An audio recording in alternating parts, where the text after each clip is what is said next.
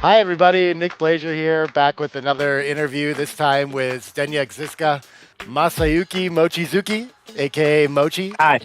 Hi, Mochi. Hello. Michihito Kagayama. Welcome. Hi, everybody. And hi, Nick. Thank you for having me. Justin Knoll. He's, welcome, Justin. Say hi. Hello. Thomas Tenland. He is G1 Grandmaster on BMAB. I just looked it up. Current PR of 2.89. Nick Blazier here with another interview with another backgammon community star in Simon Parchet. Difficult positions you have to figure out over the board. Mhm. You understand what I mean? And it's sometimes it's not easy, and it's like you have to be sharp. I mean, the worst player in my first 5 or 6 rounds was like PR5. So I was like, oh my God, what a day. But then, I mean, the luck turned on the other side. So it was super exciting. And it was one of my best weeks. I mean, the most exciting.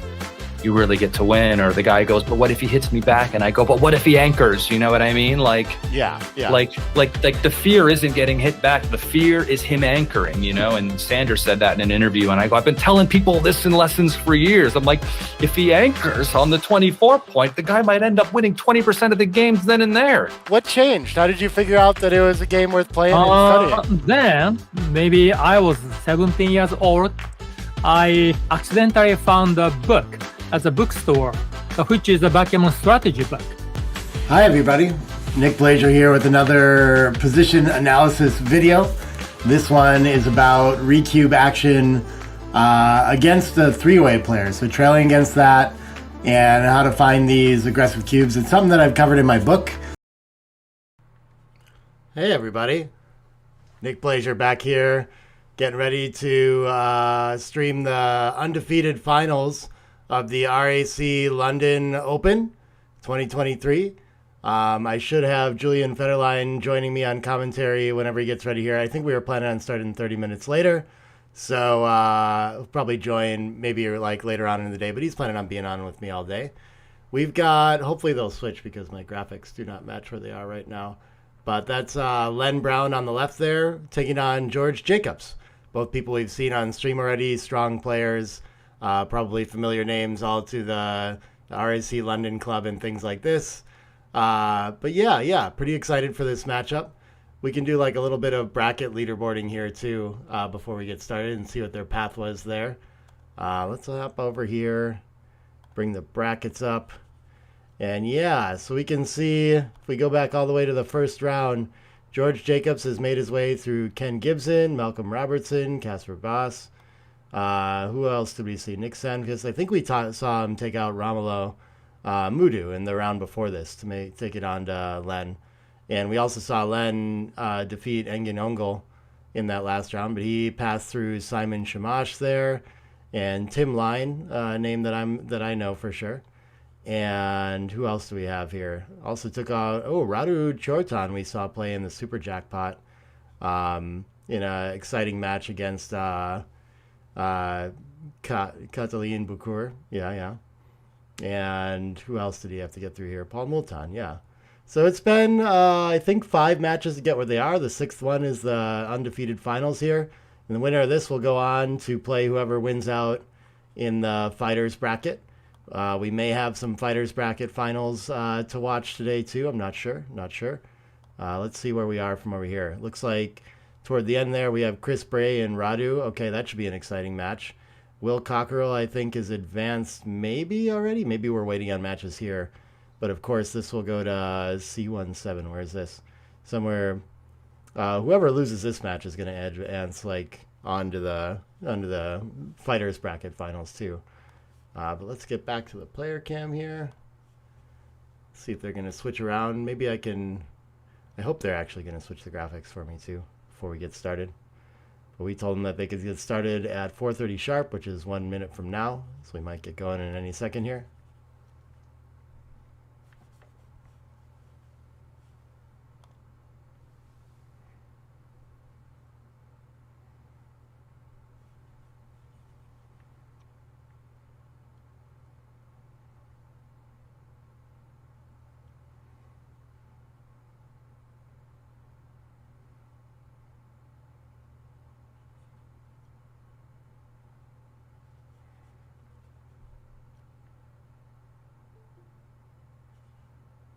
All right. Hey, and there's Julian joining me for the stream here. Welcome.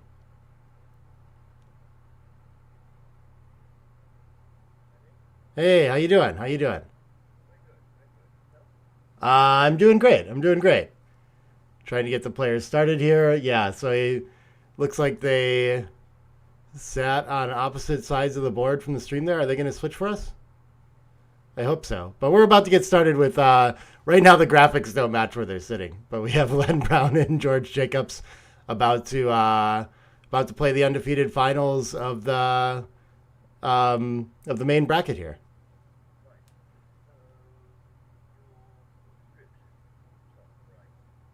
Oh, right. Thank you. Yeah, let's get that. Masters Undefeated Finals.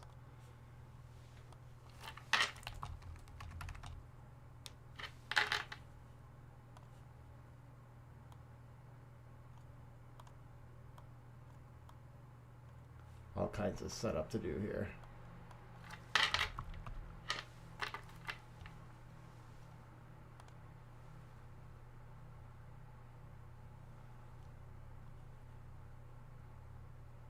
All right. Well, I'm hoping someone will tell them to switch around too. I could be switching the graphics, but I don't want to change them if they go in and tell them that they're on the wrong side, match it up too. So we'll see. We might have to do some on-the-fly stuff here, but yeah, we got to watch both these players play over the last 2 days. Any thoughts on this matchup, Julian? Okay. A few years ago, we were playing in a tournament on a Greek island, Zakynthos, and when the tournament finished, we both had a plane to catch at the same time, so we shared a taxi back from one end of the island to the other. So he lives in London, and he's an accountant by trade. So I think I gave him about half a dozen lessons a while back, but then other commitments pulled him away. So he had a lot of work to do and family as well. So did I hear someone say that he was actually in the RAC Backgammon Club? Oh, I don't know about that. I'm not sure. I'm really not sure. Yeah. I could be wrong. It might just have been something I misheard, but yeah. So he's certainly in his home corner of the world, shall we say. Yeah. It seemed like a pretty strong player yesterday. Same with watching Len. I thought his match was pretty sharp as well. So I'm excited for this matchup. I think it should be good competition. We'll see. Who are they going to switch it? There's Andrew there, my tournament director. Oh, he's setting the clock. That doesn't mean he has a phone. He knows that he needs to switch the players. Let me see if I can get him. Hold on.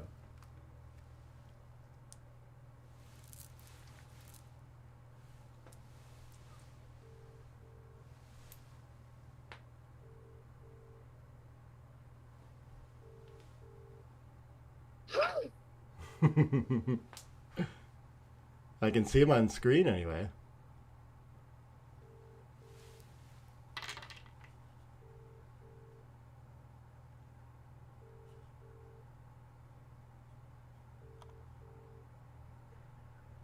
Hey, Andrew. They're on the wrong sides of the board. No, the opposite side. Sorry, I don't know if I miscommunicated that. In the picture, though. Thank you. Master Tournament Director Andrew Selby. Oh, no, they're rolling. All right, here we go here. See if we'll get him to switch in time. Oh, no, is he going to stop him? What an exciting start to the match. Oh, we're going to play this direction, too. Yeah, so, well, I mean, if Len is from Australia, then maybe one answer is just to turn the camera upside down. Oh, yeah, I like that.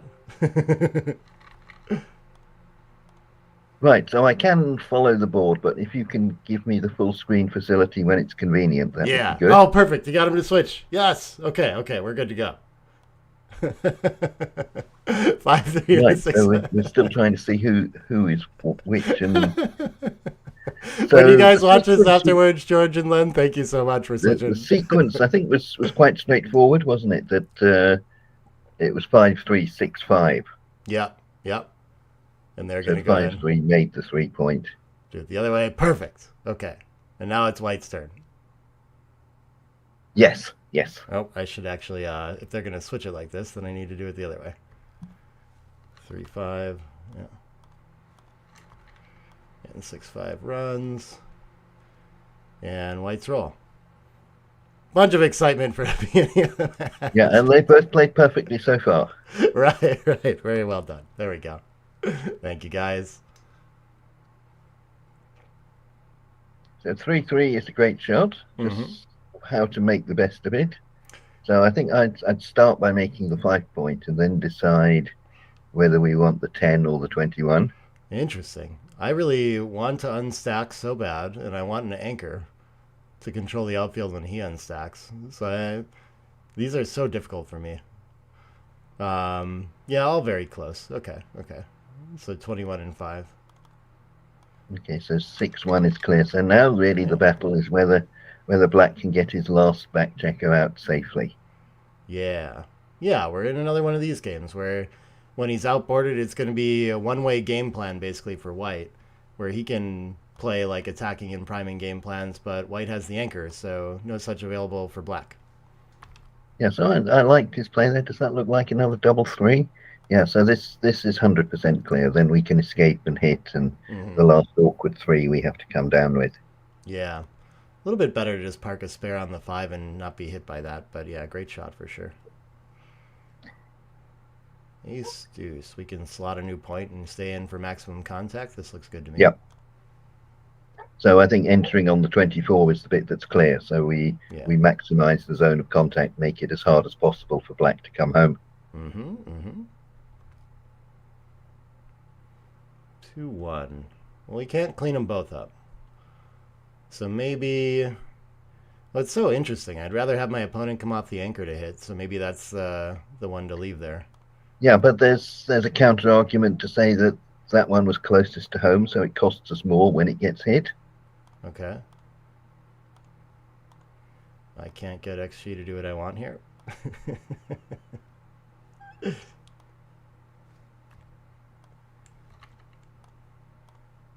And what did he roll there? A 2 what? A 2-3?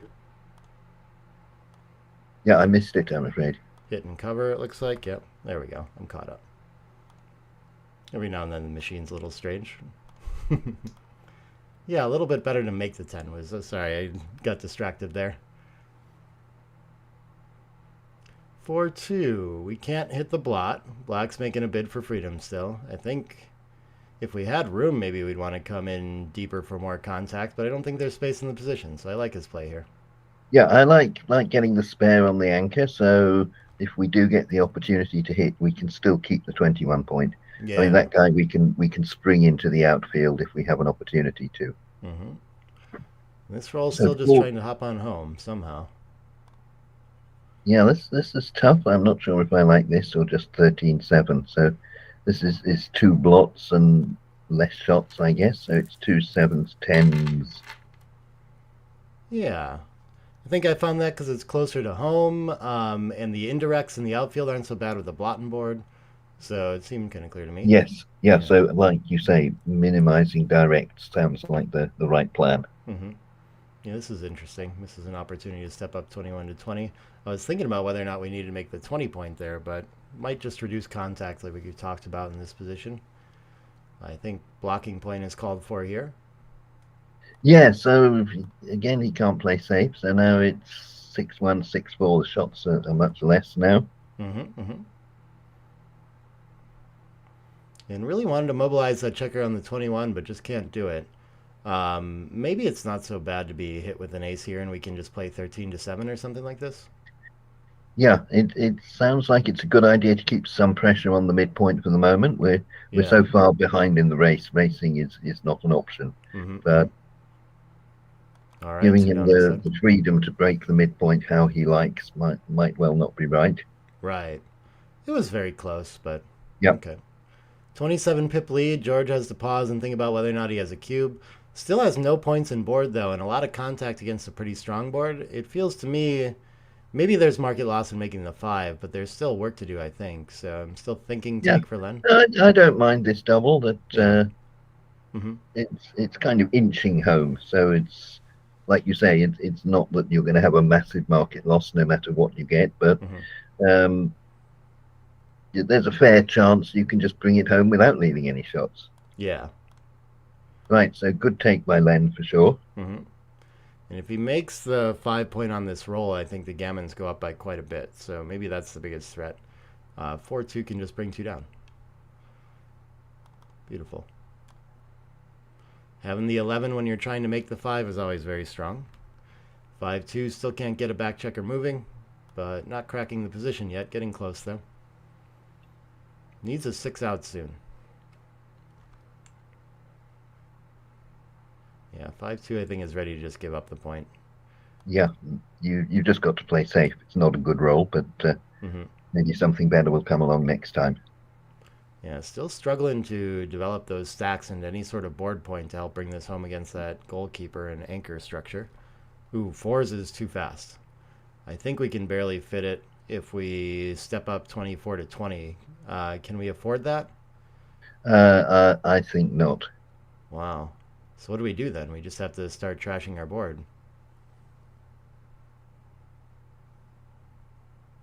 Yeah, so I think just maybe 5-1 twice and 6-2 twice. What does that look like? Yeah. Kind of ugly, but like we could remake it, maybe. You know, so... Yeah, so what is the race? It's going to be 17 after. So, you know, it's if you come up to the 20, I don't think you're ever going to get a shot. Yeah. Maybe while he's clearing it, we can't make the 5. I really don't know. But it invites him to make the 5 a little easier, too. Yeah, they're so close. Okay. It's just so... Yeah, it's one of actually the things I really like about backgammon, that sometimes you get positions where you can play according to your style. Yeah. The computer says there's no right play or wrong play. You can drive the game in the direction that you like. Absolutely. Yeah, I think the thing that, I mean, there are like super tight ideas. We can hear it just in like hesitance to make either of them. But of course, we might never get a shot if we step up 24-20. But after we destroy our board, it's just like hard to see if we even want a shot, right? So it kind of goes both ways there. This looks like this doesn't look too bad what he's found. He's got a 4-point board and yeah. And so when he gets the shot, though, it's like not worth as much because of how trash this is, right? Yeah, for sure. A point behind. Yeah. So it's what you were hinting at earlier. He really needs to free that extra guy on the 21. And the ace is a huge step in the right direction for that. Yes. All right. And we get to deploy checker to the ace too. Oh, XG doesn't like that for some reason. That seemed like a great shot for me. 6-5, he should lift for some reason and just be ready for the contact now. Okay. XG must see some tactics there. Yes. Yeah, so the XG is always beating us in terms of what's happening on the next roll and the reply to that. Right. Double 3s makes huge progress for black. Very nice shot. 6-2 gets the point on the ace as well. Okay, so this is where, when this comes home nicely, there are some gammons here, which I think was a lot of the strength of George's cube. Yeah, you mentioned the gammons earlier on, and I hadn't seen them at all. I thought sort of, you know, with an anchor and black struggling to come home, that we were pretty safe. Yeah. No way to safety up that blot on the 7 here. And yes, so the 5-3 is really, really bad roll. Yeah. So he can't play the 5 from either of the back checkers. Bringing in then from the 9 was a little bit better. Okay. But yeah, I think I'm still surprised by that to some degree too, like the gammons that show up in these positions. But I've just learned from XG that when you have that extra 3rd or 4th checker back and some structure in front of it, like they just go up. They go from 0 to something, right? So I feel like prepared for that. Yeah. No, so this particular variant we're seeing over the board, it's really bringing home that point you made about white slotting the 1 point. So I was with you. I would have loved to unstack the 3 and slot the 1 point, but now we can see the problems it's caused. So it's, you know, if white managed to hit a shot, then he might well pay a price for it. Yeah. I'm never really sharp on those like immediate sequence tactics about should I be leaving a blot on board right now. I tend to just try to construct it's just the thing us humans can't do, that we can't go through 1296 variants in 2 milliseconds.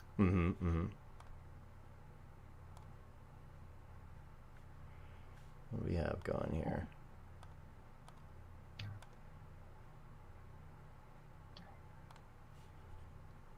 All right, he's struggling with this 3. I guess I'm not really sure either. Do you think so? I guess having seen the theme from last time, do you think it is a lifting situation here? Yeah, I think it's a trade-off, as you were talking about the gammons. So you're going to lose less gammons this way, but you're going to win less games. Yeah, it does seem to be a perfect trade-off there. All right. The double aces is definitely good, so we can get our backward point closer to the others. Yeah, very nice. 8 squared and 8 to 6, I guess. Sure. Yeah, so let's get ready to clear the 8 point before White's built his board again, or rebuilt it. 3, I feel like, has to come out now. We can't yes, destroy our board yeah, anymore. we've got nothing left to do on the other side.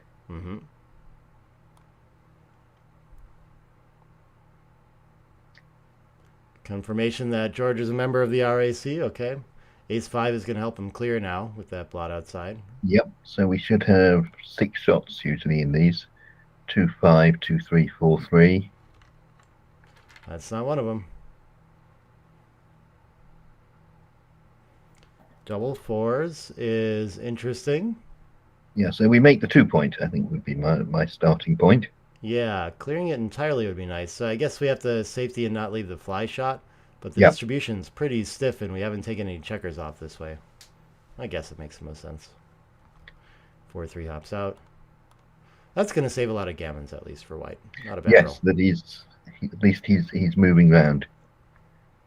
The double deuce is another bad number. Yeah, I don't think he wants to clear the 5, so I like this all in front of the egg. Yeah, creating a gap is going to involve getting hit much more often. So 5-4 is good play, aiming at the open 6 point that he'd like to go to make the point, and also to save the gammon. You want to land on the 6 point. So now it's just a race to save the gammon. Yeah, and double 4s moved a lot of pips, but didn't take any checkers off, so still in a race for it for sure. And we've still got a lot of pips to go. So 12, 24, 26, and 15, 41. So he needs some big things. Yeah. Almost close to the 50-50 mark on gammons.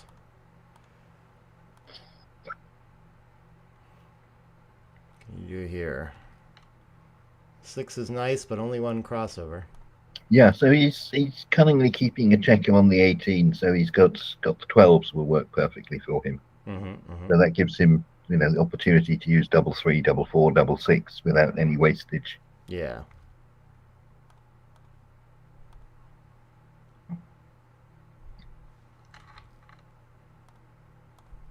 Okay, so he's got double 6 working right now. Ouch. Double ace is gonna speed up the issue.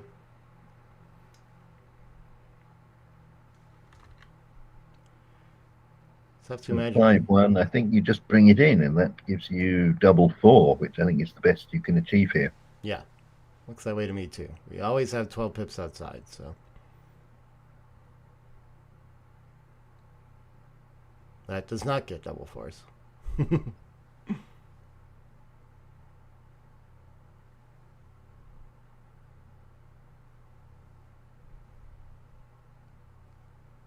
So you mentioned this in one of the earlier commentaries that gammon saving, there's one very simple rule that going to the 6 exactly without wasting any pips is very often the optimal play. Yeah, yeah. So I'm not Still, sure. Go ahead. I think these gammon saving plays, they aren't too difficult to find, but they're not worth a vast amount in equity. Just saying that you've got one extra number to save the gammon. I mean, it's what, 3% or something.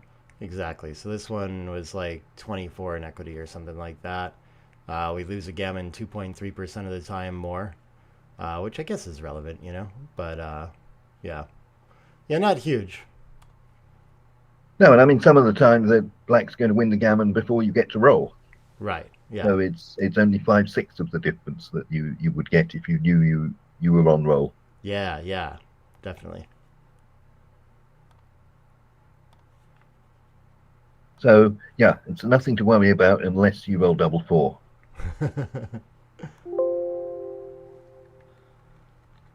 Okay, so George just sprung into a 4-0 lead. So it's obviously a good lead, but there's still a long way to go in this match. Something I've been very surprised about in all these matches that we've seen so far, they all seem to be a bit one-sided. I mean, it used to be that, you know, you played a long match and there was kind of like a standing joke that you played lots of games before you got to DMP. It didn't matter how long the match was. Yeah, they have been kind of more on the blowout side. There haven't been like the big swings back and forth either. Like someone gets out to a 4-point lead and then all of a sudden is about to win the match and then turn around and the other person's the favorite. I agree. They've been kind of... We did see that one where Seb got to a 4-0 lead and then lost 8 points the next game. Oh, did he? Yeah, that's right. Oliver did get that 8 points, right? Did he? I can't remember who ended up winning that match either.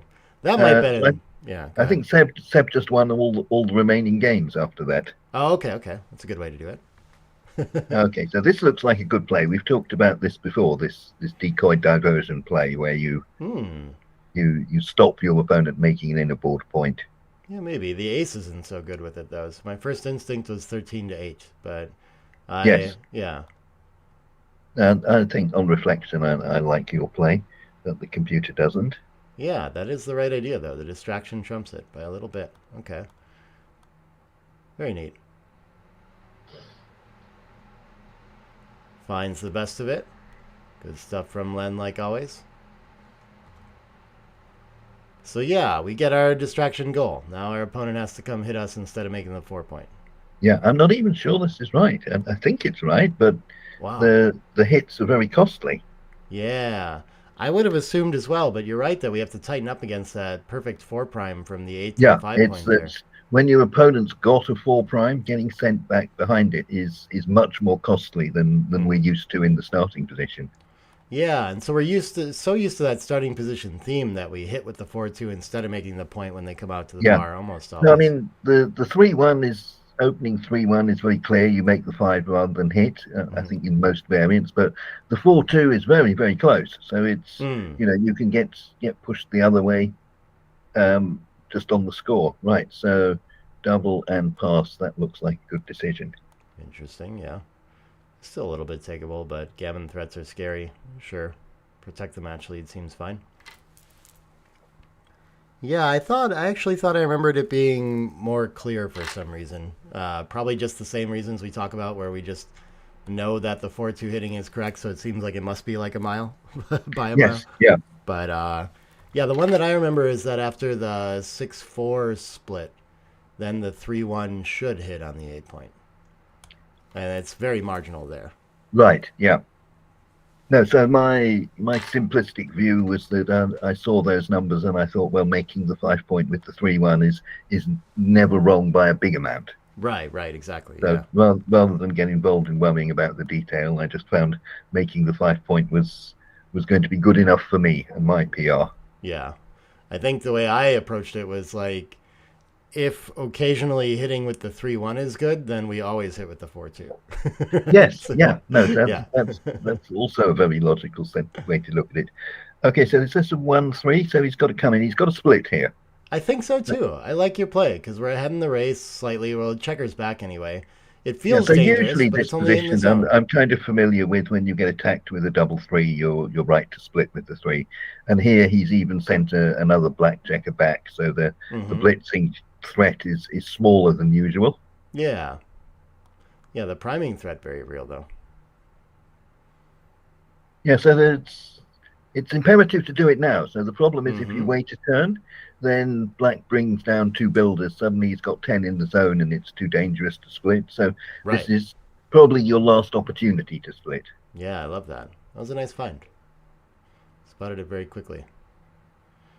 Understandable to be afraid of that strong board, though, and stay back for one roll. Feels like our position has a lot of time, and he gets missed. 4-6 is just going to pop out. Yeah, I'm not sure there's much better than that.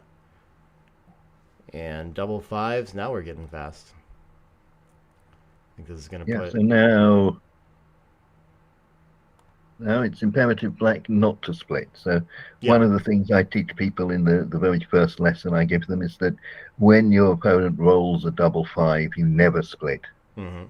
It's that categorical. Yeah. So I think he can advance and make the 21 here, though.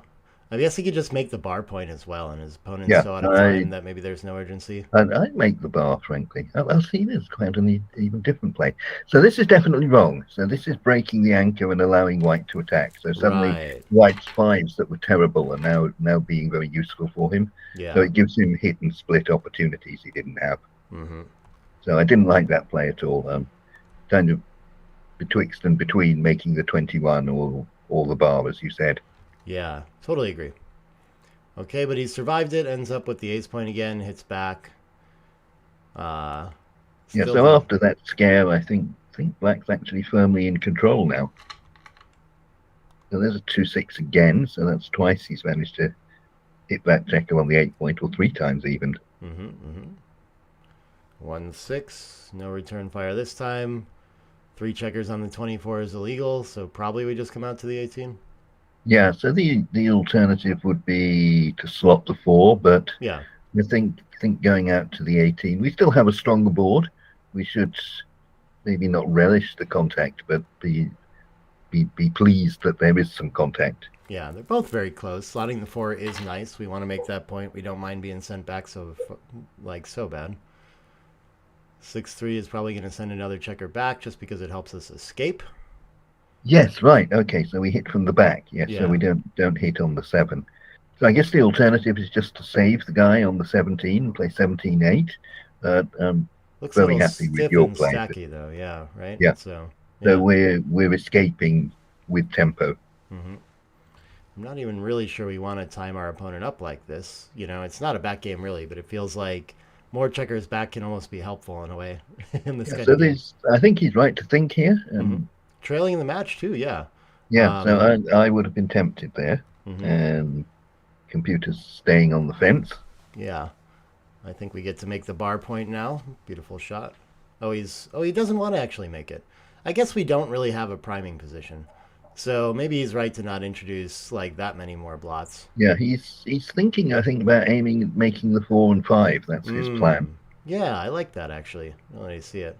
So yeah, if black comes in, maybe we can make the bar with a 6 if we need to next time. Right.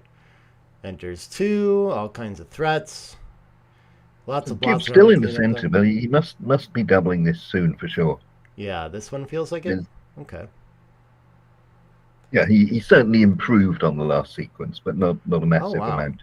And George, I think I remember seeing this in the last match too. Very protective of his match leads, and this is just way too early to let go of, even at a leading score here. Yeah, after that double 5 white had, his position was quite stacked with the 3 on the 3 point. It's difficult to bring it home. Right. Especially when George has already got the 3-point board. You might think that he's way down in the race and the third checker on the 24 doesn't have a back game yet. Yeah, I can understand it's a scary take for sure when you're way behind in the race and you have a nice option to pass to 4-2 up. What's wrong with that? Yeah, right. Yeah, trying to figure out if it's more of just if it's a score adjustment or misunderstanding the position, but maybe the position is confusing enough to just make that error. Okay, so I liked his 4-2 play, making the anchor rather than the 4-point. I think so too. When you get to anchor against ahead of a made board point, it's often very strong. Yeah, especially the 5-point. So it's the bar point is in the middle of his prime. At least now you can say he's never going to prime me for the next 20 moves or so. And gets to make the 4-point next time anyway.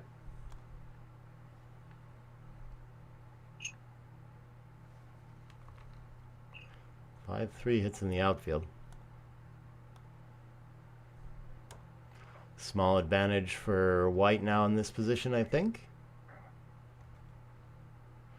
2-1 can't hit back. I don't think we want to introduce any blots at this moment, so I'm probably just playing up to the 22. Well, I was staying on the 24. I think I can cause him more grief there. So that was my play, 24 and 4. Okay. I'm so allergic to spending that spare 6-4 in the early in the game that I often miss that option. 6-5 can get something to freedom, so why not? So yeah, I like coming in on the 24. We've got the second line of defence, and it's also out of range of his attackers. If you come up, then you give him a few extra jokers to point on you. Very true, very true. Only 11 pips in the race and good contact, so still plenty takeable. But yeah, I think White needs to safety the blot before he really has anything to for sure. about. So he's also got 5 on the midpoint, so he doesn't Right. really have any clearing numbers. So Yeah. I think he's probably 2 rolls away from a double. And if he can just gradually bring things home safely. Yeah. And with that small racing lead, I think it's more important to safety the blot and make the 11. Yes, But we should no, like to I make the agree 4. entirely. Yeah. So I think the 11 point might actually be an asset because we've got 3 landing spots from there. We can clear it with 3, 5, 6, and it might help us get checkers off the midpoint safely. Yeah, I like that. 6-5, so he's only going to be down 6 pips after the roll. Has to decide now, do I still have time to sit back on the 24, or is it time to mobilize that checker? Yeah, so I'd leave him there. I can't see there's a danger of being attacked yet, so I would have just cleared the midpoint with this. Yeah. Cleared the midpoint. Yeah, I was looking at making the 3, but okay, decides to run with it. Close. The only, I guess the reason that this is close is that you don't always get another chance to run that guy from the back. Yes, you know? yeah, as you say, that you're not sure whether you want it back or out. Yeah. And the problem when you stay back is that, as you say, you might not get another opportunity, and you'll regret not getting it into freedom. So now it's all to do with the race lead. So George 6-1 is a bad number, so it's got to play 8-2 and 6-5. So he's got a race lead, but there's still quite a lot of contact here. Yeah. Both of them kind of find it very awkward roles as far as distribution and board strength go. 4-2 not too great there. The 5-4 before it a little bit weak. So he's got down to stripping the midpoint. So he's got the small doubles are working well and the 2-5 to clear it. So what's Black's next concession, I think, is he can clear the midpoint without giving White too much more freedom. Yeah. I think this one we want to keep the spare 6 for now, so I don't think I'm playing an 8. Yes, I mean it even costs you when you roll double 6, but I'd still leave it there. I think now you're getting problems with the 6-1, aren't you? So I would have saved the 6 as you did. I think I want to give up the midpoint contact here Yes, rather than play impure like this. But the checkers are in short supply. You haven't got an extra one to waste on the 2-point. Close stuff though, closer than I would have thought. So yeah, the other thing is, what are you going to do next time? You're probably going to have to give up the midpoint next time, and sometimes it's a case if you roll something in a 1 that leaving the block behind is costly. Well, 2-1 plays pretty nicely. Gets to deploy those checkers effectively on the ace so point. you get the dilly builder back into the game is good. 6-2 has one safe option. He'll take it. Yeah, so now he's got the worst of both worlds. He's got these 2 islands that potentially can leave 2 shots. So what are our best rolls? Like a 5-2 or something like that to try to minimize the shots? 5-6 is a non-double that's a joker. 6-4 is probably one of the worst. I guess we get more returns if we clear the 11. Yeah, but then Less shots how too. do we clear the other point next time? Yeah, good point. I don't know. So this is the double 2 is blocked, so we're giving 16 here, and the other way we give 15. So I guess for 1 shot, it sounds like it's worthwhile. Just 1 less. Okay. Choose 1s, 3-1. Yeah. Okay. Didn't even think about that. I just assumed it was significantly less, but it is only 1 less shot. Okay. And when we're missed, we have 1 more roll to play with the checker on the 11 too. We might not roll a 6, so maybe it's our opponent in a close race that's going to have to give up the bar point before we have to give up the mid. You know? You never know. My other thought was that we still have a little bit better contact after the hit. Maybe we have some return shots from the bar, but basically pick 'em ideas. And yeah, so the positive bit with the other play is you make the 1 point, so you're still fighting. So the good bit with this play is once you've got the midpoint cleared, you can get some good doubles maybe now, but I think maybe you have to save the blot first. Depends what the race is like. It's only 5 pips, which was another argument for maybe staying on the greater contact, or why it's more okay. Yeah. You know, if we're 30 pips ahead after the race, well, now maybe we have a cube just on the threat of clearing and things like that, but nothing when the race is even. So 6-2, he's safe.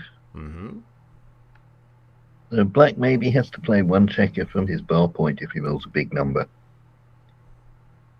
Ah, and just leave the single behind. Yeah, it's not so scary to be hit. If he gets hit with a 4, 4-1 is not great, 4-2 is great, 4-3, 4-4. Yeah, so it's 6-1, 6-2, 6-3 are all big pluses. Yep. So all those 4s get better, but maybe not by a ton. Yeah, they're quite a bit of improvement. So he just goes for the race instead of the 1 pip. I'm not sure. Yeah, he should leave one. You were right about that. You spotted it. Those get tricky. 5-3 improves too instead of having to play in boards, so there's plenty of that where it just forces him to waste them in the race as well. Those are tricky though. I did a video recently on one of those that Ryan encountered in the UBC in San Antonio. But dead even race, as soon as he counts and figures that out, I think he's going to realize he has nothing. But wow, apparently the wastage is quite a bit different here. I'm surprised that this can be so close in 65 with a dead even race. I didn't realize that. Yeah, so I mean, the level pip count, you're 4 ahead because you're on roll. So yeah, I used to call it the bus pass rule, that you used to be able to get a bus pass in England for free bus travel if you were 60 to 65. Okay. So, I gotcha. So that's when it can be an even race and you can send it? Is that your idea? Yeah, so if it's an even race, I'm saying you're 60, 65% wins. Oh, okay. I gotcha. Just by the 4 pips, your benefit you have of being on roll. Yeah. No, but that makes sense. You're not typically going to double because you're not going to shoot over the 75 very often from there. Right. You know, you've got to gain 10% game winning chances in one roll before you miss your market or get close to it. He has gained a big 5 pips on that last sequence though from even, so I expect he'll find the cube here, but yeah, so he's a crossover up. 2 crossovers up. He's got to check her off. Yeah. Sometimes though, by the end of, after playing a lot of backgammon all weekend, we just like all the pip counting, everything starts to get to you, just not as sharp, and this is harder to spot and figure out eventually, and just, I don't know, like the calculation starts to wear on you, right? Yeah, I get a bit confused with these crossovers, that some counts say you should count crossovers, but really what's gone on with the crossovers is the reason why black is 2 crossovers behind is because he's played a couple more checkers down to the deep points. So instead of using a 5 to come in, he's effectively played a 5 from 6 to 1. Yeah. So, yeah, 5 pips and a bit of wastage. So, yeah, he's taken it. But the thing with these, when you're counting races, you have the opportunity to analyze the position on your opponent's time. Yeah. Which not everyone does. Yeah, so it wasn't an instant decision on his part. It was a minute's thought while white was counting. Yeah. The other thing I noticed a lot with those, well, I guess looking at that race, even without assessing wastage, it looked like at least a borderline double to me. So I think all that wastage stuff makes it more challenging on the take pass side, maybe. That's what I was thinking about. Yeah. When you can see that you look to have a double without assessing that, and you also have 2 crossovers gained, then you get to whip it.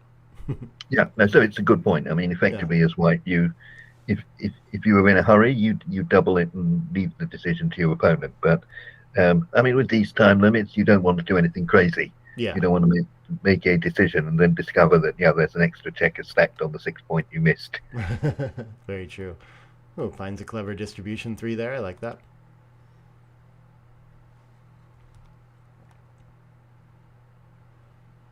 Yes, I like this play. I like keeping the 4 on the 5, so you can get maximum value from your double. You're counting on a big double here. And it's looking an awful lot like we're going to move on to a tied scoreline. Yes. 6-5 I don't think is good enough. The white needs 8 pips in 2 rolls.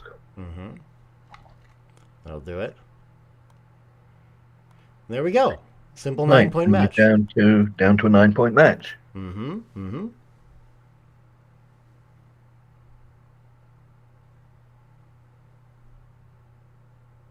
And that breaking the 18-point anchor play, and well, like not breaking contact entirely. That's a theme that I've seen a couple times lately. And yeah, so we mentioned before our website, the Backgammon Workshop. Yeah. And there's a Facebook page for that, which has got a video I made called "More Shots Vicar." Okay. When you have to leave your opponent some shots, and you can move closer to minimize the shots or stay back.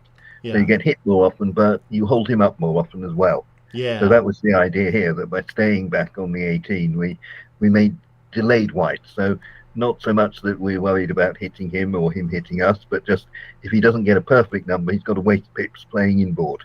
Yeah. I'll have to check that out.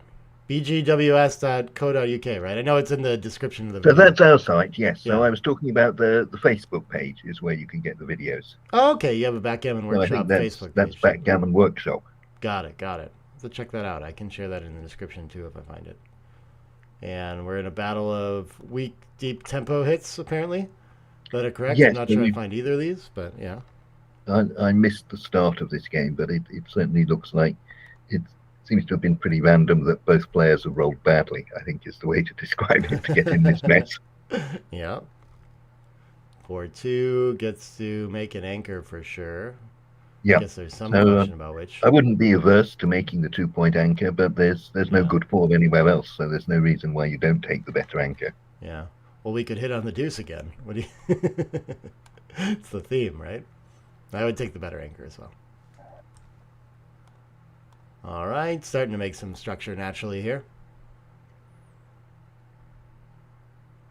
Black with those two checkers out of play on the ace point, but representing most of his racing lead there as well, and so he'll just take the opportunity to hop out and try to escape. And 4-2. Would love to make the 4-point, but has to leave a direct 6 to do it. Down this much in the race, maybe it's worth it still. 2 down is pretty strong too, though. Yeah, so I like the 2 down. Yeah. There's a safe play of 13-7, but if you're that far behind in the race, then I think you have to take your chances. Yeah. You have to work on priming is going to be to your advantage. If you can get into a priming game, you're going to win it. Well, I think the 2 wants to see the light, and it can make the 5 as well. Yeah, so I was making the 5 as my starting point. Yeah. Yeah, and I think you're right that this one, you talked about this yesterday against the 3-point, and it was very often right there, but against the 4-point, I think it's just a waste. Right, not quite as strong. Yeah. So the last deuce was the question to me, and it looks like 13-11 is fine instead of having to stiffen up and play 8-6. Yeah, so basically coming up it's something we have to do, and it's dangerous now, but it's going to be more dangerous in the future. I'm not sure how to handle these double 3s. None of the blots link up, so I guess we're just unstacking seems strong, and he's just going to clean up afterward. Okay. Maybe switching 8-5 looks pretty good with the better board there, but...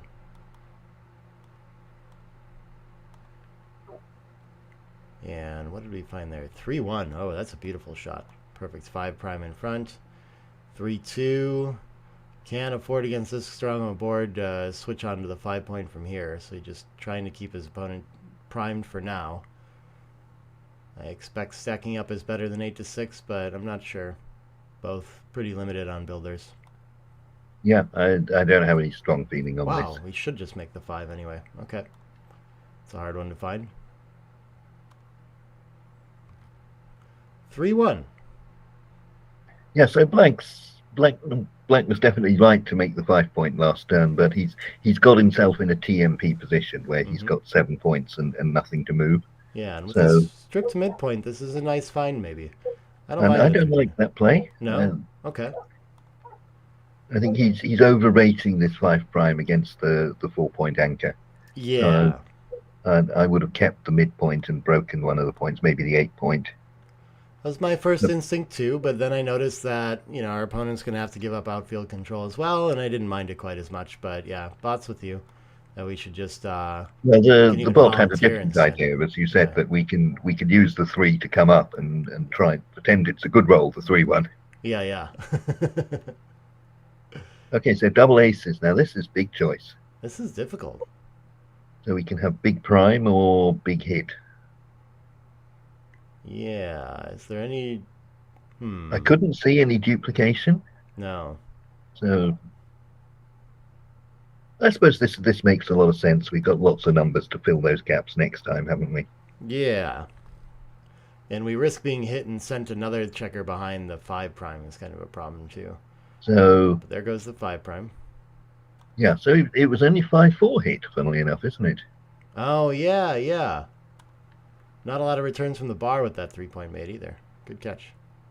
And so white on roll wants to think about a cube now. Down in the race, threatening to points. Yeah, structurally this could get to be a problem, but I don't think black's close enough to crashing that we really have much threat here. I wouldn't see it. No, and I wouldn't double with the 4 and the 5 open, but you don't have much of a threat of making both of them. Yeah, you do have some good things that can happen here, but I think we're a long way from black not having a playable game, you know? Double ace It's is a always good start. tempting with these when your opponent passes a bit early in the previous games. He kind of tempts you into doubling a bit early in the future with the sort of like the idea that he might be passing even earlier next game. Oh, yeah, yeah. I think we're just simple here, right?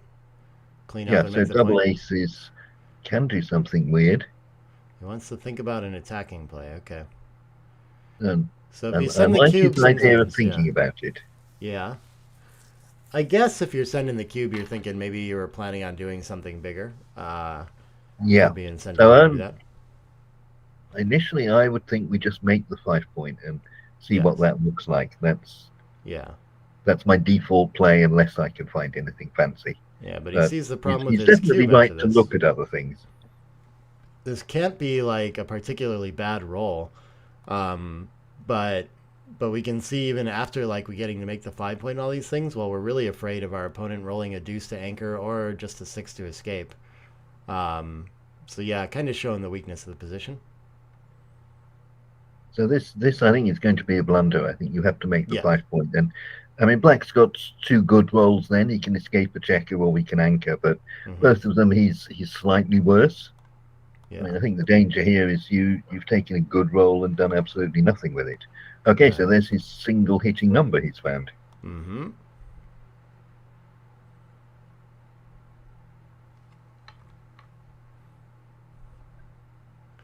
Two in, and then I think everything else is destructive, so we can just hop out to the bar Yeah, and see the outcome. we're in front of 2 strip points, so any hit is going to leave us a lot of blots to go back for. Mm-hmm. 4-3, does that link up out there? Nice. I think so, yeah. I think that's a perfect shot. And now black just in a commanding lead of the position.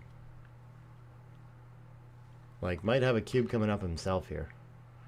Yeah, so with Len's play with the double 1, it's always tempting to try and find something that looks good for the moment. But you can see it was a very transitory gain when he managed to send black back. That making the 5-point is there for the rest of the game. Yeah. So 21 pips is a lot. Yeah, it's enough to send this. We still have to get the 16 home, but the contact with it isn't so great. We're a little stripped on the 8 and the 9, so the contact seems to be just enough to squeeze out a take in this 21 pip deficit, Yeah, but that's the hard part to figure out for me. Yeah, definitely a good double. And the part of the problem for white is he's not really ready to hit just yet. So yeah, he's no still board. got the 4 and 5 open. So hitting isn't going to win for the moment. He's really got to build his board and then hit later. Yeah, and if he rolls 6s and 5s in the short term, or, you know, like he might not be able to put the spares on the points that he wants to make either. So the lack of purity there is really costing him. But on the other side, black's got 4 checkers behind the anchor. So it's harder for him than usual to come home safely. Yeah, and so he's going to take this cube. Okay. Nice find there, right on the cusp. 4-2 can't clear any of the front points safely. Is going to have to leave fly shots, it looks like. Okay, this is not a good roll. No, so... Oh, but I don't think we need to do we this. can't do that. Yeah, I think we just need to break But the whatever the 16 cost, somehow. I'm not doing that. Right. Okay, yeah, it just seems too early because now our opponent can happily leave off like 1 checker from the 21 and just play like a fearless contact game. I don't know if it's time. I mean, I think we need to build our board first, but man, it looks nice to come out to like the 15 now, right? And just have blots everywhere. Yeah, so I'm not doing that yet. Yeah, I think right. we have the opportunity to do it sometime, but this is a perfect roll. So now when we hit, we do win. Exactly. Yeah. Yeah. But that's coming. Just parking the single checker kind of contact plays all over the place. Right. So 6-4 is a good roll compared to his last one. So he's got one checker home safely, and he's leaving 3-3, 6-6, which is about as good as he could have hoped for. And so 3-2, I'm still quite tempted to think about splitting for more contact here. Yeah, I'm with 7-2.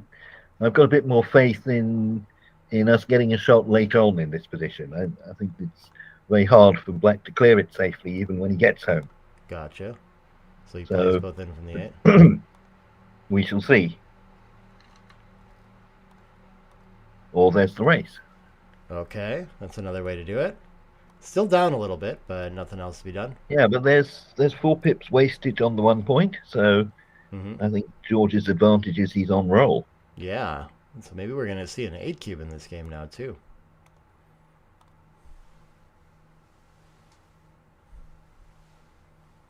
So, yeah, White's on roll with level crossovers at the moment. 2 in.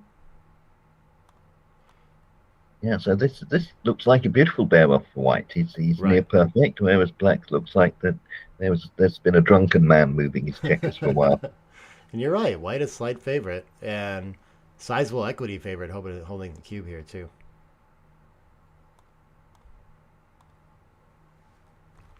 Not in cube territory quite yet. 4 in, 3 off looks nice. No, so usually in positions like this, the races that are pretty non-volatile, then you can, when you own the cube, you want to slowly creep up on the perfect double rather than jump in head first, because you're giving your opponent cube access. I guess here, once the cube's on 8, you're playing to 13. The cube access is worth very little. Yeah, I was about to point that out. That we can send it a little bit earlier for that reason. That we're not really giving a weapon, so more important to not lose our market.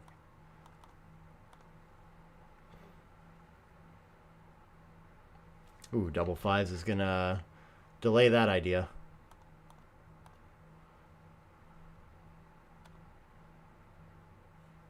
Where are we at here? Significant underdog now. I was excited for an 8 cube. Too bad. It's fine if George wins it. I just want to see the action, you know? 3-1. Nothing much happening here. Yeah, so I guess from a level pip count, he's fallen 26 behind now, so he hasn't had the best of the dice. Double 5s changed a lot, yeah. Yes. So he's still got a nice distribution, and the problem is it's 40 pips. Yep. As long as White just doesn't miss, he can still win that way without even rolling a set, you know? Yeah. Oh, wow. On lead roll. All right, new plan. No, I was going 5-4 there. I'd like to have 2 doubles that take up 3 checkers, but I'm not sure on that. Yeah. So 5-2. I guess we play 6-4 and off to keep the checker on the 2 point. Yep. Yeah. All right. Next 3 is a miss to take him off a roll again. 2-1 gets a checker off as a result. So there are still sequences where Black can just miss and put White back on lead roll and not needing a set. Yeah, so there's the miss. So White needs double 5 or double 6 to get some excitement, I think. Yeah. Or take 2 off. Just 2 off, yeah. 5s, okay. That feels like, is this going to bring a cube on? Yes. So I know 10 pips against 3 checkers. We stopped it. He's seen the threat and countered it. So what do we got? 6-4, 6-5, double 3 or better. So 8 winners. So probably shouldn't send the cube. All right. Almost got there. Not quite enough in the end. And George going to claim 4 points to go out to a 9-away 5-away lead. Or 5-away 9-away lead. Yeah, so 4-0 in a 9-point match.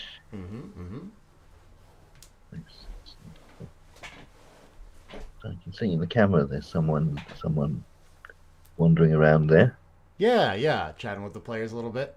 So I'm just wondering if they're going to have a break. So they're kind of like they've got through 12 of the 25 points. This would be when you'd want to take a break.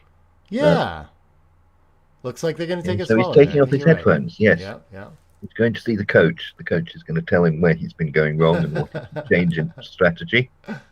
Okay. Well, I guess we can hop over to break really quickly here too, if you'd like. Yep. Yeah. Okay. Well, we'll be right back with more action in a couple minutes when the players resume. So thanks so much, Julian Fetterlein, on commentary with me. And back to George Jacobs and Len Brown after this. Bye, everybody.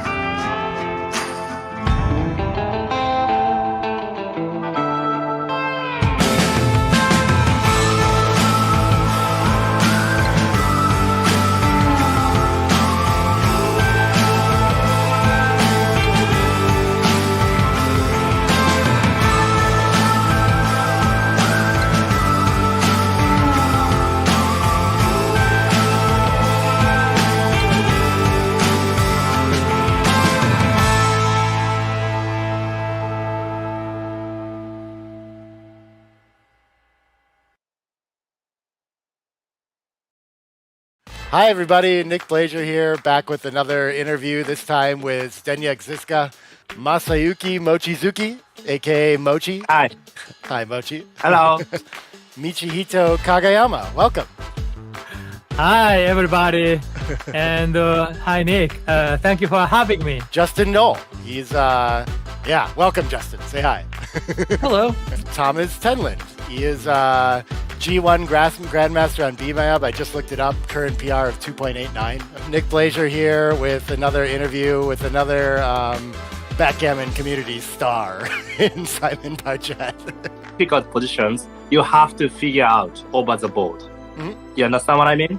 And it's sometimes it's not easy, and it's like you have to be sharp. I mean, the worst player in my first 5 or 6 rounds was like PR5. So I was like, oh my God, what a day. But then, I mean, the luck turned on the other side. So it was super exciting. And it was one of my best weeks. I mean, the most exciting.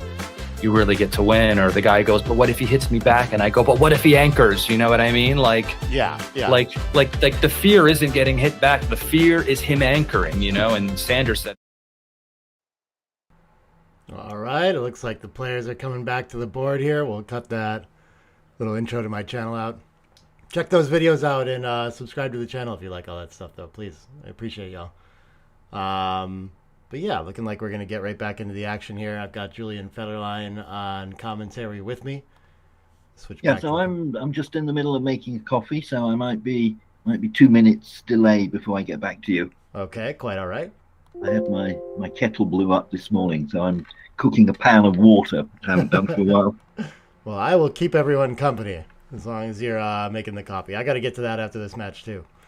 Okay, 6-2 to open. So again, black leading 5 away, 9 away. So really slow on the cube there. White with a roll like this might have some aggressive cubes incoming. 4-3 making an anchor and simplifying the game and taking away all gammons is just massive for George there. Exactly the kind of game he wants to play. Sixes are going to take a racing lead and probably... We often don't mind leaving the blot in front of the anchor to tempt our opponent to come off.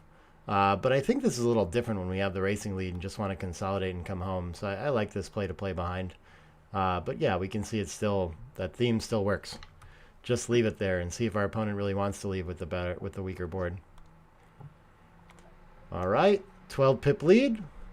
Trailing in the match, so he wants to think about sending a little more aggressively, but this is not the kind of position where we tend to adjust very much. We just want to get into the same racing lead, have threats of clearing, and the work to clear the bar point is still quite a bit here. That's another reason, actually, to leave the checker in front of the anchor, is that we have a mutual holding game, which is likely to resolve in contact, which means we got to care a little bit more about building our board and pure points and things like that. Okay, so I'm back with you. Can you give me the full screen again when it's... Oh, yeah, you got it. Count. You got it. 4-1, I think, can happily park in front with blots and board. Yep, I like that play quite a bit. And we've got the 5-2. I think I've been remembering to put your sound on for the most part, though, Julian. So I'm getting good at this. if you keep doing that, then presumably someone in the chat will point out to you that you should turn it off. No one yet, so maybe I am off. All right. 5-2, 11-4. Sure, I don't see anything better.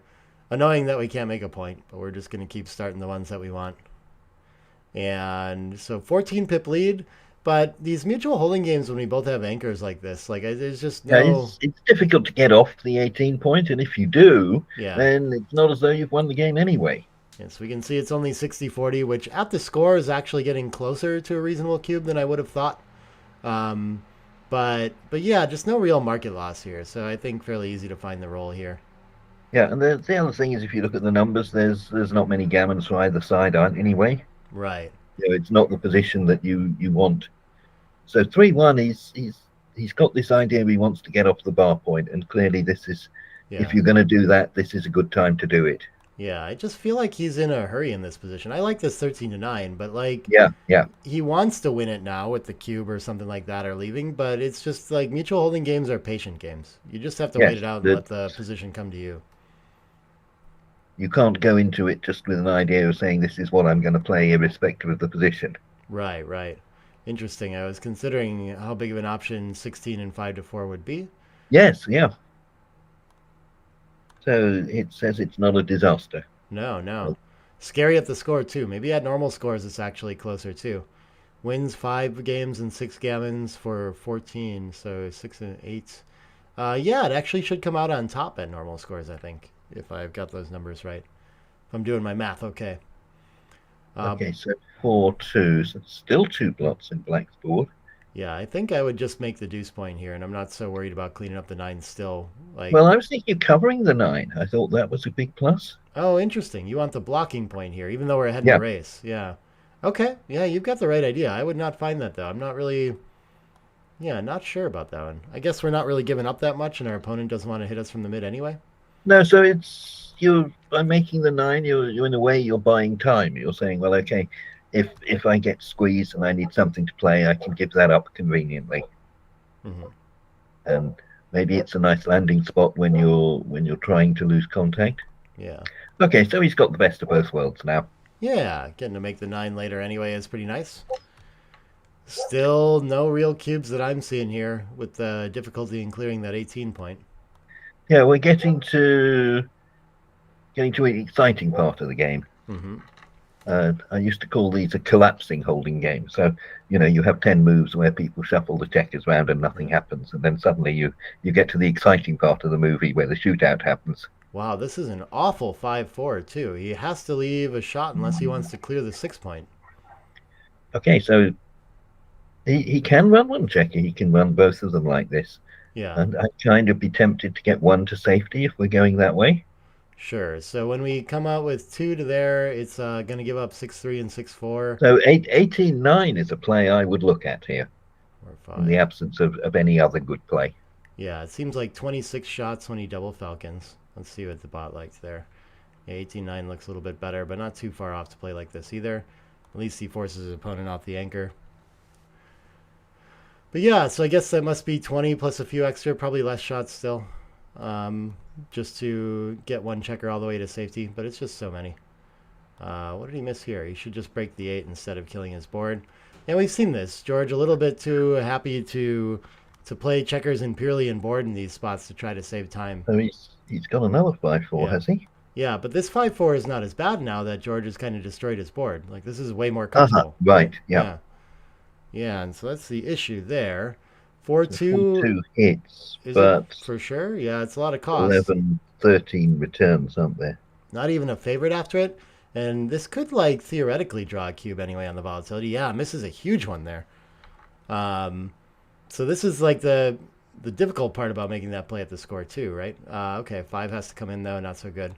But, yeah, misses. Yeah, so I suppose there were three black blots. That's why the computer's getting excited about the chance to hit one of them. Mm-hmm. All right, we're leaving shots anyway, so we might as well hit loose. And we can remake the midpoint. Yeah, looks that like looks a like nice the point best to have. Mm-hmm. Still down in the race here.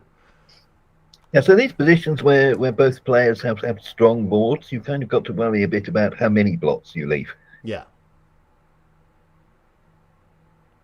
Oh, he plays the 3 3. nothing he rolled, was it? Yeah, yeah. Yeah, this is much better to get to play the ace. Saves me from having a tough time trying to find the 0 on the dice. Okay, so he's in again. Yeah.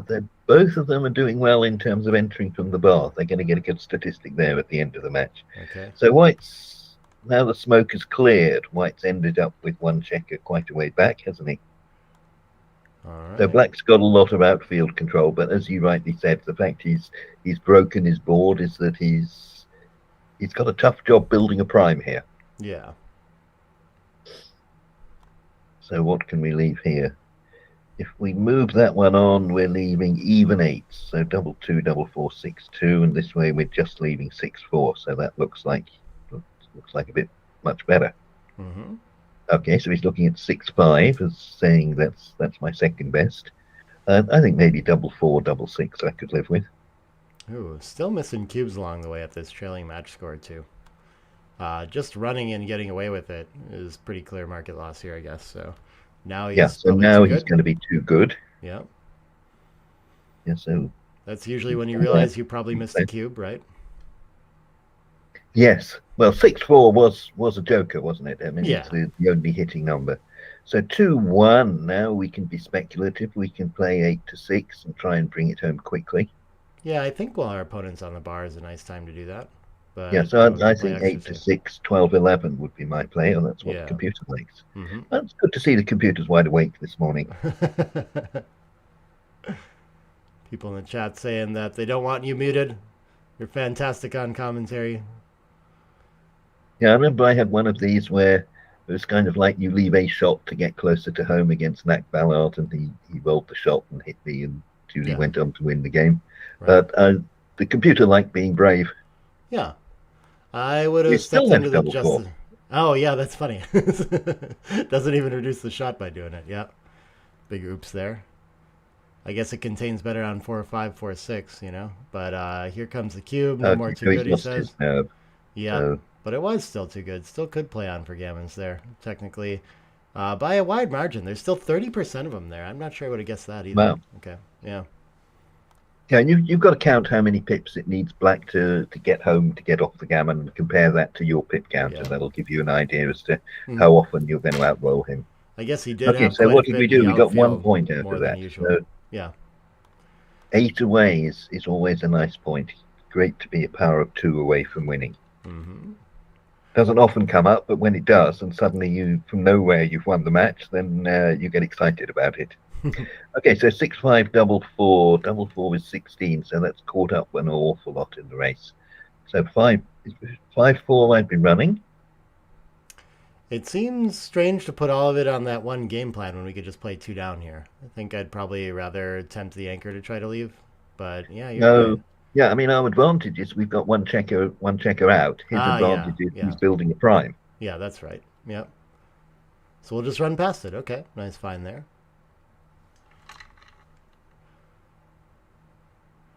So that's the way with us experts. We always want to play beautiful games, but sometimes the dice say, "Well, okay, just treat it like a race." You know, it's a game for 5-year-olds. Yeah. We can get the checker to safety with the racing lead and make no new points in the process. Yeah. So what's the race? We're going to be 12 up. Yeah. It's awful tempting with the lead. Yes, so that's good. Yeah. I think it's right to play 6-2. Yeah, okay. 8-4 stripping the 8 point. It just looks a bit ugly. Okay, so now the smoke is cleared. We're 8 pips up, but 5 on the midpoint means we've got no clearing doubles at the moment. So we certainly can't double when we haven't got any market losers. I think there's actually 6 up there, but yeah, same story. Yes, yeah, you're right. There's an extra one stacked somewhere. I wouldn't have seen it if it weren't for XG. So 5 in and 3 covers. So last roll, George had a bad roll. He lost his spare on the 8 point, which is potentially causing problems right now. Yeah. So I think he's right to keep the 8 point, even though it looks ugly. He's going to need that 8 point later on to clear the midpoint. I would have thought so too, but it's very close, and XG actually seems to prefer slightly giving it up. But I feel like I'm teaching people that all the time, that like you can't bring the midpoint checkers home without some sort of outfield presence, right? Yes. Yeah. So I describe it as you need a point in the 3rd quadrant. Yeah. It doesn't necessarily matter which point it is. It's just God's given you the 8 point to start with. Right. The 8 tends to be a pretty good one, actually, too. You know. Yes. So I think if you could pick, you'd choose the 7. But as you say, the 8 is silver medal. It's not too bad at all. Right. So 6-1 is great. So that's another safe landing spot. And now we're down to 4 on the midpoint. So now we can think of doubling. And then we'll discover the race is so close that we can't. Yeah, we'll see if he pauses to count it. Nope. Already has that. 6-5, another beautiful shot. Yeah, so now we've stripped the midpoint and got a couple of spares. All right, our 3. So now maybe is he close to being in business yet? 9 still doesn't seem anywhere near enough. I want to get into range. Yeah, so he's almost certainly going to leave an 8 shot. So that's going to be 5 hitters. Yeah. So maybe the answer is you play 1 off the midpoint safely and then you double the roll afterwards. Well, more than anything, I want to have a racing pass already, which we just don't have, right? So I can't imagine sending one until we get there. Okay, so I think I might have played 1 off the mid then. Yeah. It's kind of like there was a blot in board, but... Yeah, super close. But again, the race is just so close that we have to be a little bit careful about overplaying it. So now we would have a racing pass. Maybe. Very close here. Okay, so now we have to play 100% safe. I had one of my students, Andy Darby, and he came up with an idea that we've called Darby's Law since then, which is that you leave minimum shots against a 5-point board. That just getting hit any time against a 5-point board just loses instantly. Yeah. So it's also a simple rule to follow. We can count 0 shots. Yes, I like that one a lot. Okay, I think it's going to start to cost too much in the race to not come off. Do you still leave 0 shots here? Well, no. Wow. I mean, I think the problem is close. Almost. The problem is if you don't leave the shots now, you might have to leave them later. Yeah. So it's the corollary is it's minimum shots in the long term over the game, not just on roll 1. Got it. It was awful close. 7 pips in the race is all with wastage, though, too. We have something to think about here, but still just shy. Okay, 5-3 can't safety up either. Okay, so he's ready for the hitting contest. So I think he's going to double next time. He should be doubling next time, is the answer. 9 pips now. So now White's going to get squeezed off the 5-point. Yeah. And so that was a good prediction to understand that it was going to be a double next turn. Yeah. Okay, so he's passed. So, all right. Accurately okay, so he's navigated. got to 9, so he's 4 away. Four so away, we're 4 away, 8 away. Yeah, the recubes are scary at this score. So yeah, they should get the cube moving.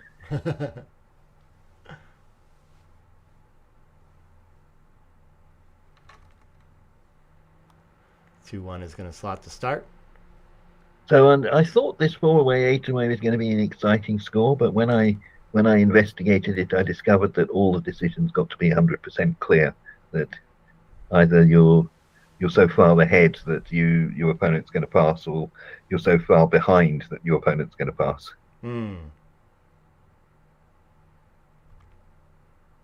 So this was 2-1 slot, 6-4 double hit. So George has big advantage with that. 5-1 does nothing. So well, I would have just linked up with further escape, but he's going to go for a little bit more. Okay, not too far. Yeah, I can see arguments for and against, but mainly against, I would say. I can't see. White had big threats, and we've escaped lots of checkers. So yeah, distribution seems to be a bit of a mess for black. So, but after we went that way, isn't the plan to like cover and hit? I would have thought. Okay. Well, then you have to give up the 8-point as well. Yeah. So it's a weird position. I mean, you can see what black's done is he's moved one of his back checkers from the 24 to the 2. Oh yeah. Which is kind of like not what you'd think you would do if you were deciding on your plan. Yeah. Being on the 11-point looks really strong here. So I just like running from the 22. It's such a good containment checker against a single checker back to be back in the outfield as far as possible. So he's decided on a priming play, so there's nothing wrong with that. That doesn't look like the right game plan to me. Oh, he runs off the back. Okay. Yeah. Just loose everywhere. Not really containing as effectively or anything either. Yeah, not sure. Yeah, what do we have better than just making the deuce point twice? This is awkward now that we've stepped up to the 20. Yeah, the 6 was the awkward number, and then we don't have a 4. So 6-3. So yeah, your plan of going to the 11 that was good last time is going to be good here as well, isn't it? Yeah, looks like it. Stays maybe getting out of the way of that dilly builder feels like tempting in some way now. We'll see. Yeah, so he's going to find that idea. Yes. Not too bad either. That's very close, if not best. So there's still a lot of blots. Yeah. And is this a 4-1? Yeah, looks like it. So that's a good argument for this now. So what's he got? He's got 9 in the zone, and he's starting with a 2-point board to a 1-point board. And did he get a fan out of it? No. Okay. There were four blots. Okay, so 2 of the blots have disappeared, so there's much less of a threat now.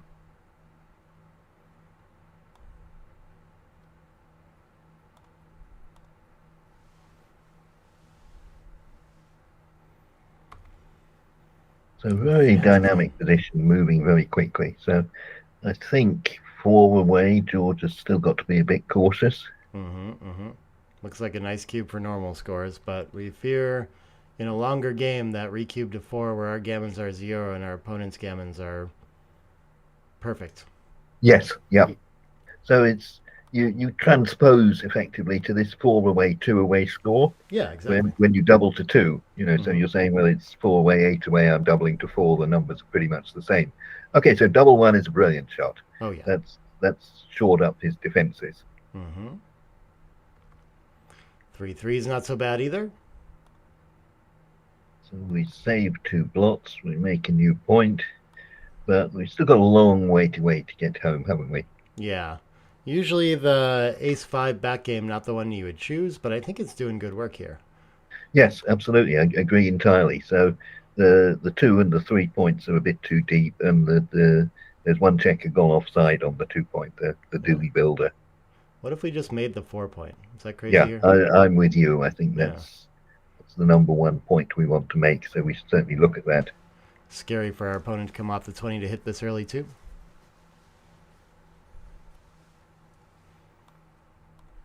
Yeah, so White's just going about his business. He's gradually building a prime, and then he's going to start rolling it forwards. All right, now we have to leave a shot without having the 4 point. I think I still want to park it in front of the 20, though. Yes, so potentially it's a point we might want to make, but it's a builder for the 4 as well. Wow, so XG prefers by quite a bit to just slot the 4. I'm not sure why that would yeah, be. so I was going to argue 6-2 was a load of rubbish, but the computer's got that as well. Okay, 4-6 hits and wins possibly. So maybe we play one of those slots at the bottom of the board. I was initially thinking we want to go to the 10 and sort of try and build the prime from the back, but maybe we don't want to get hit with 1s and 3s in board. But the 1s and 3s are duplicated with entering numbers, so I like this play. Yeah, that would have been my idea as well, but for some reason just the double falcon to challenge the stripped midpoint must be the idea. Yeah, so it works well when black enters and jumps the prime. Right, so Len has given, I think, a very good cube here. And right on the borderline of taking pass, and George just going to let it go. Tends to err on that side with the score lead, it would seem. Okay, so now we're at 4-0 to 7, effectively. Yeah. So that puts black at 3-0, but yeah. Oh, 3-0, right, yeah. Okay, well, then 4 away, 7 away. Yes, so 3-0 lead to 7. Okay, so 4-3 down. That's the play to make when you're trailing in the score. So 3-4. So yeah, this is a good illustration of why. So now black can't make a splitting play, so he's forced to enter this prime against prime game where there's gammons for both sides, which is to white's advantage, being the trailer in the score. I suppose so many ways to make the 5 point hitting is going to be better than making it on the other side with the wrong spares. When he gets a fan, and in the early game at this kind of trailing score, we can definitely think about this. 4 away, 2 away, I'd be happy. Did he fan? Yeah. Yep. Yeah. So what are we? 7 away, 4 this away. This looks fine. Yeah, this is like a sizable cube. Wow, okay, he's going to escape past it, though. I do kind of remember that Len's not really adjusting to score cubes too often here. Yeah, that was a good find on your part. Yeah. I would have thought a lot longer on that when we haven't got a point in board, but I guess we've got the race and black has done nothing. The old pointless double, right? But every roll is going to make a point in board. So pretty much the distribution was very good there, yeah. Okay, so 3 on the ace point is death, so is it really? Yeah. So this can be a tough pass to find too, but as I said, George's tendency still been that same. Looks like a money pass as well, so I hope he can find it at this score. But he's let a lot of cubes go in this game, and maybe he's starting to feel like he's getting taken advantage of. How bad this is. Yeah. When the only difference on the position is really there's 3 on the 1 point compared to 1. Interesting. Yeah. Well, he's got the 5 point as well, right? Yes. Yeah. That's pretty. But huge. as you said, it's kind of like the 5 point was going to make itself next turn anyway for black as well. Okay, so how have we got to? We're catching up on him. We're 2 behind now. 4 away, 6 away. Yeah. Goes with the. I think when you get to 2 behind, you can kind of behave as though the scores are about level. You don't need to do anything dynamic to win 4s or anything. You can just catch up slowly. Minor adjustments, and most of the effect is on the recube, where one of you is going to want to send a recube and the other isn't. So, yeah. What is this? That double 3, I'm a bit dubious about. I mean, I'd like to have made the 21 points somewhere in all those moves, but maybe it didn't work out very well with the particular setup. Okay, so you wanted to as well. But okay. 6-4 does nothing. So yeah, George is making the 2 point. That's a good idea. I mean, there's a danger he'll be attacked, so he wants a point in board. So this one is snatched, and he's right to do so. Yeah.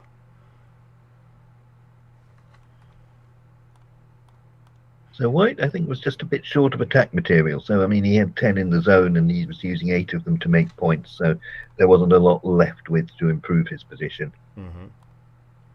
Oh, amazing shot there. 4-3 is going to hit. Yeah, okay. Guess that's better than anchoring. Right. So all the action now is about the 4 point in the top left hand of the screen. So whoever wins the fight for that point is going to be doing very well. George with an inopportune fan. So what we got? 6-4-3. 6s can't cover it, I don't think, but it can continue the blitz on the ace and make the deuce too. Yeah, who needs the 4 point? We'll just make all the other points. That's a long way towards winning 4 points. Right, so now we've got to somehow combine getting builders to make the 4 points with getting the back checkers moving. Yeah, I like this 5 down and ace up probably, but could be too stiff. I guess there's no way to move the 24-point checkers, so yeah. Yeah, 8 to 7 looks nice, so that gives us a double 3 over there to make the point. Okay. I like that. We can play 4s and 5s at the back. Yeah. 3-2, that's coming from the back somewhere. Yeah. So the 3, maybe we go to the 18. I like that, yeah, and the 2 up. We've still got 6s and 5s just about. That's a lot of calculation to look through all the anti-jokers there and try to figure out what's going to crack, but that's about all you can do in those positions.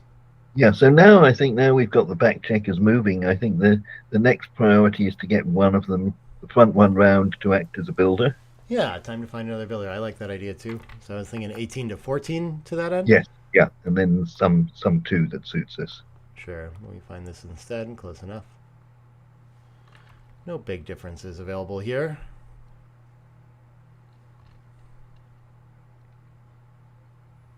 Three, 1. So I'm thinking the 13 again, then 22 to 21. Why not? Maybe there's some other. There's 7 to 6, which gives us a 2. So we get swap the double 2 for the double 3, but the 2 doesn't enter when we've hit loose on the 4 point and get return hit. I noticed when he parked on the 16 that he had double 6s to close. Right. Oh, well, he's found a way to do it, despite what I was saying. Right. Everyone has their own tactics that they focus on and calculate, and it turns out that all the plays are pretty close. As you say, it swings and roundabouts. One will give you a few anti-jokers and a few jokers to counteract that.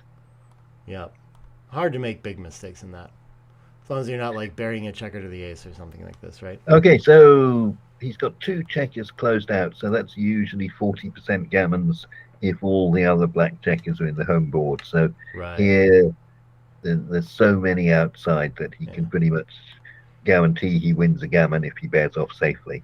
So safety is his number 1 priority here. Yep, looking like a disaster for George. Plays himself. 4-away, 2-away coming, most likely. Not many backgammons yet. Yeah, so I think he can have a look at clearing the 6 point, but I wouldn't do it. Yeah, why?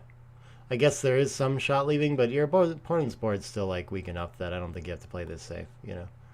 Yeah, I mean, the danger is black just comes in too fast and gets off the gammon that way. Yeah.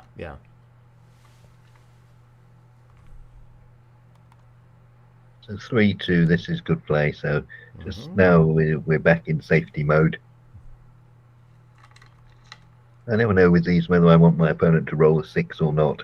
I think I always want him to roll the first 6 and never want him to roll the second one. Yeah.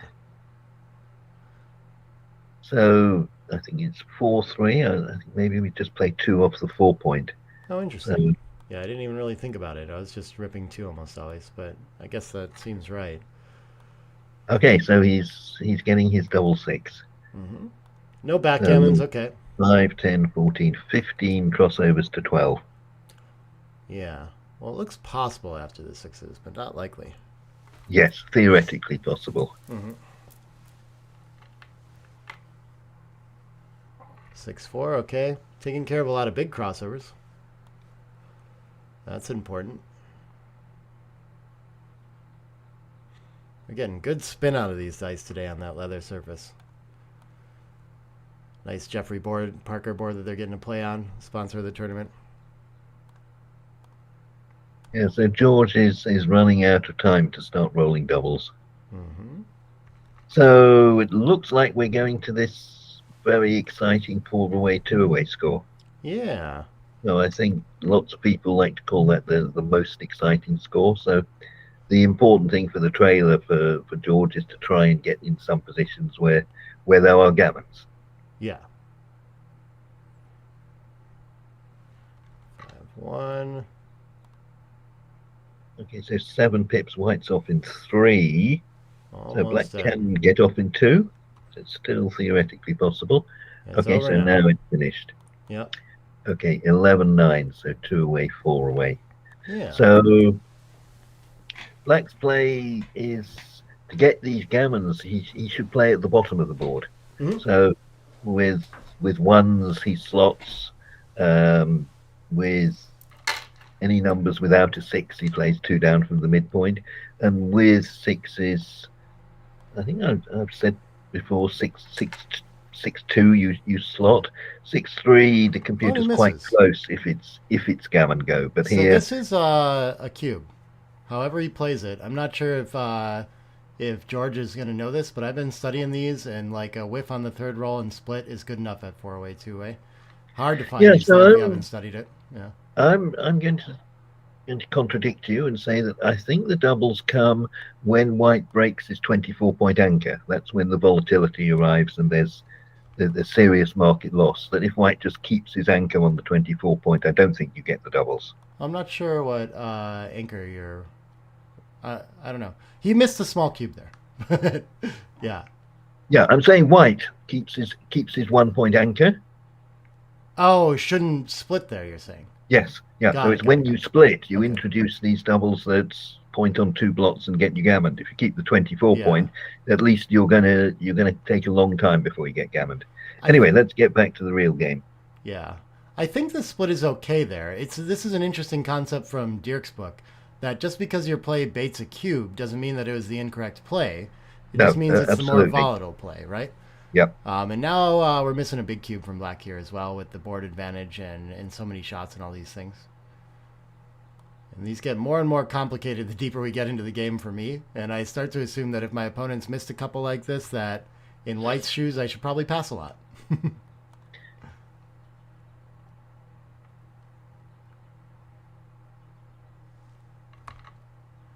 Two's going to enter and cover the block. 3-2. I'm covering the 3-point here. I'm getting ready to attack next time. I think so. Wow, that's an interesting play to just hit loose. Yeah, so there's a good upside with this. I mean, there's 4 numbers fan, and then it's going to be a pass for sure. But some of the 6s are bad. I would not have thought of that. Ace 5. This can't. No, I wouldn't have thought of it. I'd just pick the conservative one that I knew was going to be good, and miss out on the one that's super good. Mm-hmm. Okay, so 4-3. So after slotting the 4, he's just gonna make the 3. Yeah, so I'm doing 4-3 and 13-11, following your go to the 11-point plan. Yeah. So his play looks better. Mm-hmm. So yeah, you want to avoid getting gammoned as well as trying to win the gammon. I kind of wanted to stay pure there. 5-2 into the 6.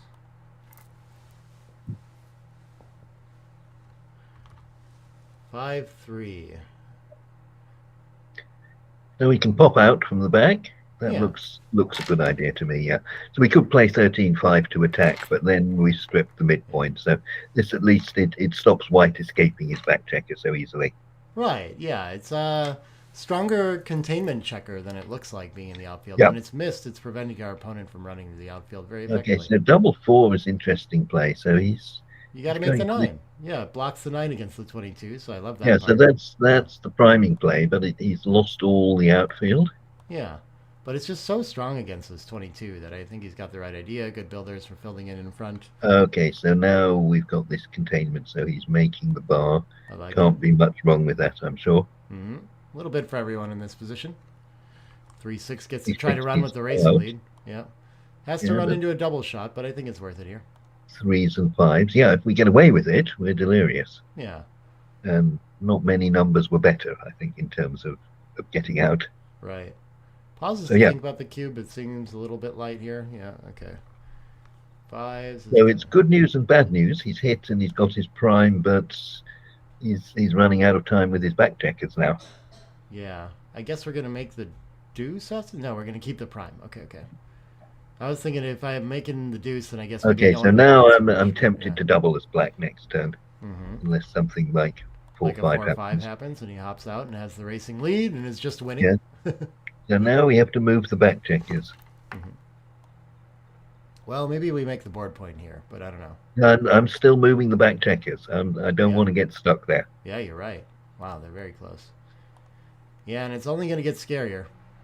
It's going to help cover the outfield if our opponent can't quite get the safety from the 16-point either. So, yeah, I like that split. Now's the time. Yeah, so we got the board advantage, and the longer we delay it, gives White more chance to make the 5 or the 4. Mm-hmm. But instead he focuses on having the trap in full effect. And now Len wants to think about a cube at the leading score line here. Okay, got to get a lot closer to winning this game out to send it at 2-away, 4-away. Yeah, so that 5-4 was, I mean, it's good to make the 4 point, but it's not the builders you want to use to do it. Yeah, very true. Ooh, but it freezes the aces here, so now he is in even more trouble trying to move those back checkers. So what is the race? Race lead is next to nothing, right? Yeah, I mean, we got to get like a little bit past money pass. Yeah, the distribution isn't good with all the spares on the 6 point. It's not like you're going to routinely bring this home without leaving any shots. Right. The race is relatively close. The 5 is open. I mean, the other question to think about is to say, if as black and you rolled a 2, would you like to split? And that really shows you how delicate White's position is. Mm-hmm. So this looks like it should sew up the race, is what I'm trying to say. Yeah. Oh, interesting. He's going to clear the 9. I would have thought make the ace and keep the contact, but maybe he's right. Yeah, okay. Good find there. Yeah, so it's the 20 pips extra is good. Yeah. Okay, so 16, so he can think about it. So what's the pass? 1 away, 4 away is 18% if he passes. Mm-hmm. So I think Black's got 18% here. There's a bit of racing, a bit of hitting. Yeah, still well shy at the score. After that extra double 2, I guess the contact still looks pretty good here. I don't know. I guess must be takeable. So yeah. Yeah. So I think we got to clear the 8 point. When we clear the 8 point, we're in, and if we don't, then at least we can only lose 1 point. Yep. Prefer to lose our market. And I think a lot of rolls are going to have George running 1 checker happily. Yep. For sure. And there's one of them. Mm-hmm. We can't guarantee his happiness. Double 5 still leaves a shot. 4-3 is just going to strip everything out a little bit worse here. Not really hurting White in the race, I don't think, though. It looks pretty locked up. So I'm just bringing this guy home, yeah. Mm-hmm. And 5-5 does not leave a shot anymore. We fixed our spares. Okay, so that should be enough for 1 point and maybe 2 if we get very lucky. Yeah. Are we even taking a roll for it? I guess why not? What can we lose? It's not even like clearly too good to me though. Just so unlikely with the baddest distribution of checkers on the deuce and ace. I think he's got 5 on the 2 point, has he? So 5 on the 2 and 6 on the ace. Right. So now can he cube out if okay, just 3 more gets sets. double 6? Yeah, for sure. So we are definitely taking free rolls here. Yeah, so that concludes matters. Uh-huh. Okay, so 12-9, 1 away, 4 away. Yeah, and even away Crawford scores, so gammons are going to count. 18%. So, yeah, that's a good question for you. What do you think the gammon price is for black at this score? I know it's never quite symmetric the way that you want it to be. It's not the full one. I think it's less somehow because the free drop is like slightly factored in, but I don't know. So I think speaking from memory, the answer is it's 0.55. Mm-hmm. So it's next to nothing in terms of how good it is. Yeah. So what happens if you win the gammon this time? Your gammon price drops to 0 next time. But this double 2, he had to play 4 and 11 there when he's trying to win the gammon. Yeah. That was a really, really bad mistake. Mm-hmm.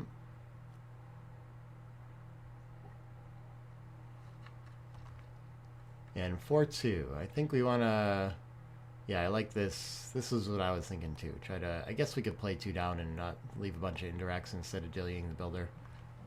Yeah, a little bit better to do that. They're very close. So 2-1 is a great roll. So now we can anchor. Yeah, 22. Stop ourselves being gammoned. Mm-hmm. So yeah, I was saying the gammon price was very close to 0.5 because if you win the gammon this time, your gammon price is 0 next time. Mm-hmm. Whereas if you just win a single, your gammon price shoots up to 1 next time. Mm-hmm. So it's really winning the gammon this time kills your gammon's next game. So it's paradoxical. So I think everyone always thinks sort of like, I've got to win a gammon to get one extra game. But the truth is, you've got 2 bites of the cherry. So you need to win a gammon in this game or the next game.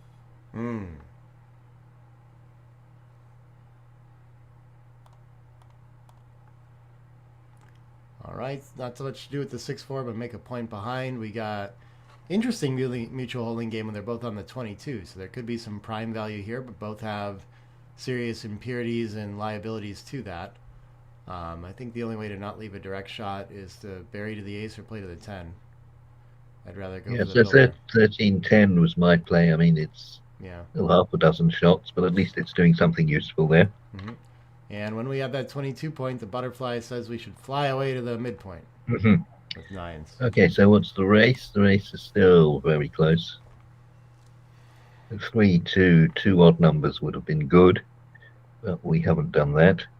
No. So is it too committal to clear the midpoint? I think so. I think we're down in the race and we're just giving our opponent freedom. So I'm like very inclined, even with the weaker board, to hit here. You don't think so? Just the race is so close. I can't see a big return, but you're spot on here. Yeah. So mine is a second and not even a close second. Well, we could win a gammon too, so maybe the score is having some impact there. Yeah, it's the open 5-point worries me. So it's the idea that if all this works, we still haven't made the 5-point, and he'll just come in and escape. Oh, beautiful shot for black here. Hits and covers. And now the attack is real. Now we're in business, as you say. You've got 2 blocks to kick around is good. 1-1 is going to solve that, though. I think he wants to anchor up, but maybe he wants the flexibility to escape.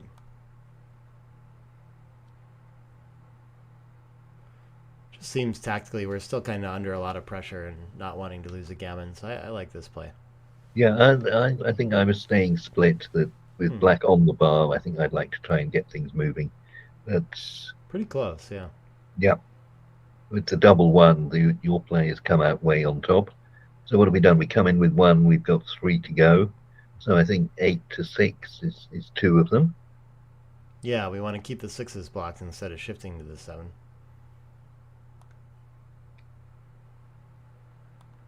Yeah, so that gets my vote. Yeah, looks good. So does the computer, good. The 4-1 is bad. So just 13-8, I guess, if you can't do anything else. Maybe we can duplicate 5s a little bit by parking on the 9, but I agree. Doesn't look good. Oh, I see. So it's giving a 5 to hit and a 5 to make the 5-point. Yeah. So this is going to hit, and I think the 2 should probably step up. We don't want to be primed here. Yeah, I don't feel strongly. I don't see we need to get out now, but I don't see going to the 14 gains much either. Yeah.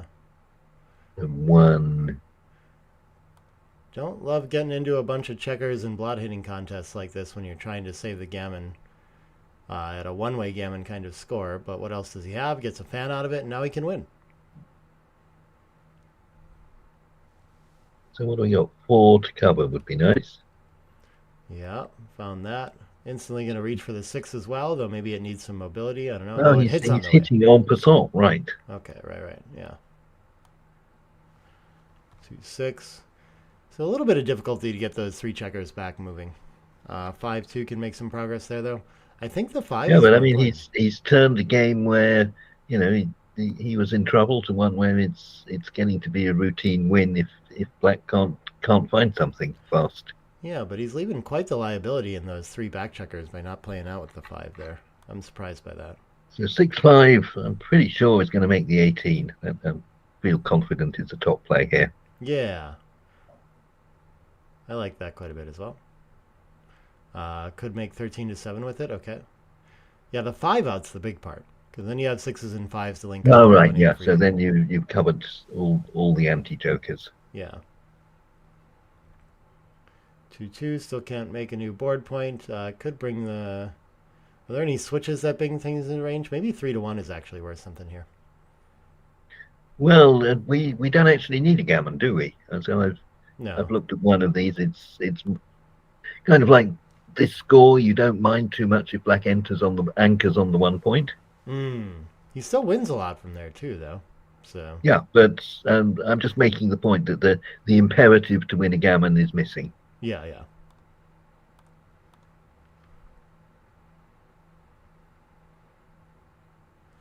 Double fives, okay.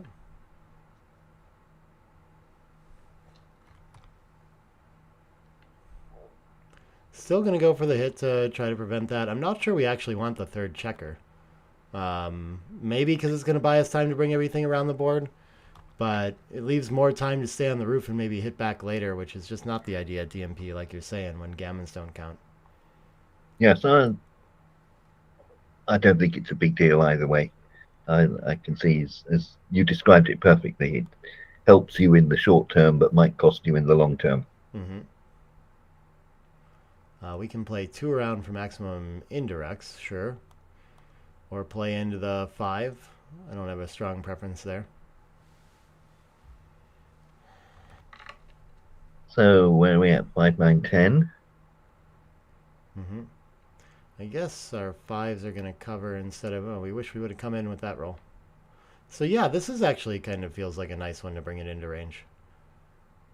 Yeah, so maybe I would do 6 to 5 here. That looks like a good one. Not too fast. Yeah, get off the 5s that you want to run with anyway, right? Ooh, double aces is a huge turnaround. Okay, okay. Why do we want to split this, though, and just get blots involved? Maybe, but I don't see the problem with 4 to 3. No, so like you, and leaving these 2 blots in the outfield could be costly. But there's a positive bit. He's kind of threatening to make some blocking points, but he really needs to roll a 6, doesn't he? Yeah, maybe it builds better. Yeah, so he's been listening to me very wisely. He had the right play at this DMP-ish score, or gammon go-ish. So, right, we're still gammon go-ish, right. Okay, so double 5. Let me just push that one on. Yeah, that looks nice. Sure, sure. No particularly productive 4 available there. 5 should come in high, I'm pretty sure. Needs to escape. I don't know if it wants to come out with the 2. Maybe 6 to 4 is okay here. Looks a bit scary losing the last spare from the 6 point. So black, I guess, just needs to play safely here and make a blocking point. Ideally. So 5 to... It's not a great number, but we can save all the blots. Oh, we can for a roll. Okay. Yeah, and he's not under so much pressure to like stay spread out there. I like that play. So we're really hoping White's going to do some collapsing of his own. Wow, missed something there though. Oh, he should hit 12 to 5. It's more important. Okay. Yeah, so double 5 is going to crush him, whatever he did. Yeah, yeah. Still has a nice contact point. 12 point. He has life in the old dog yet. Yeah. What do we do with the rest of it though? I guess clear the 12. I think we can't leave any shots. I guess we're still a long way behind. We need some contact. Wow. Okay. I probably would end up finding this 24 to 12, thinking that I needed to keep the 12 point as direct contact there. So yeah, we've got the indirect contact. We're 11 away. Right. You can't get past that guy very fast. I suppose the 6s are going to walk into range, aren't they? 6s are his bad number. They're going to come towards you. So 3s, I think you want to... I mean, we're close in the race, but I still thought that I would want the direct range here, or direct. Yeah, so I'm staying back, and I can see the merit on this. Yeah. So the idea is when he rolls a 6, he's left 2 blots, and we can hit them both and get the gammon. Yeah. Okay. I like it. Man, so many different like competing options here. So you have the 18 to 12 version. We have the little bit of both version.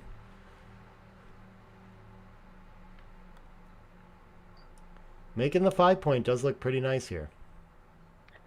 I have mentioned this once or twice in my lessons with my students about how it's often a useful point, the 5 point.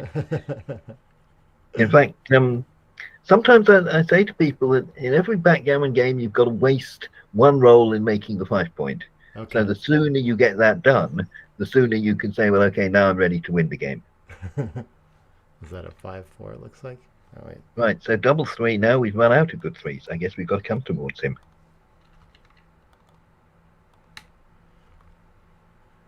Yeah, now we just have to go? Okay. Well, it's an awful lot better than it was when we had 3 on the bar against a 5-point board. Right. Small favorite now. 4-2 starting to crunch, too. Imtrex can't hear me. Okay. Tell me more about that, man.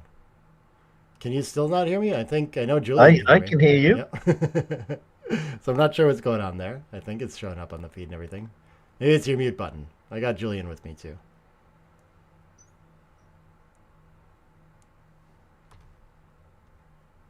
All right.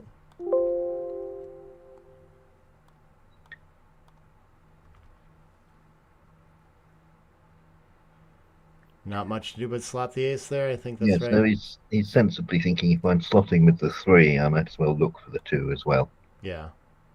So we still seem to have this Mexican standoff in the outfield, and yeah, now he's figuring whether now he's got the chance to move whether he really wants to. I think so. I think even with the wastage, this is going to put him ahead 12 raw pips. And he's kind of compromising, going halfway. Yeah, the contacts can't be good, though, so I think this is... I'd much rather just break it, right? Yeah.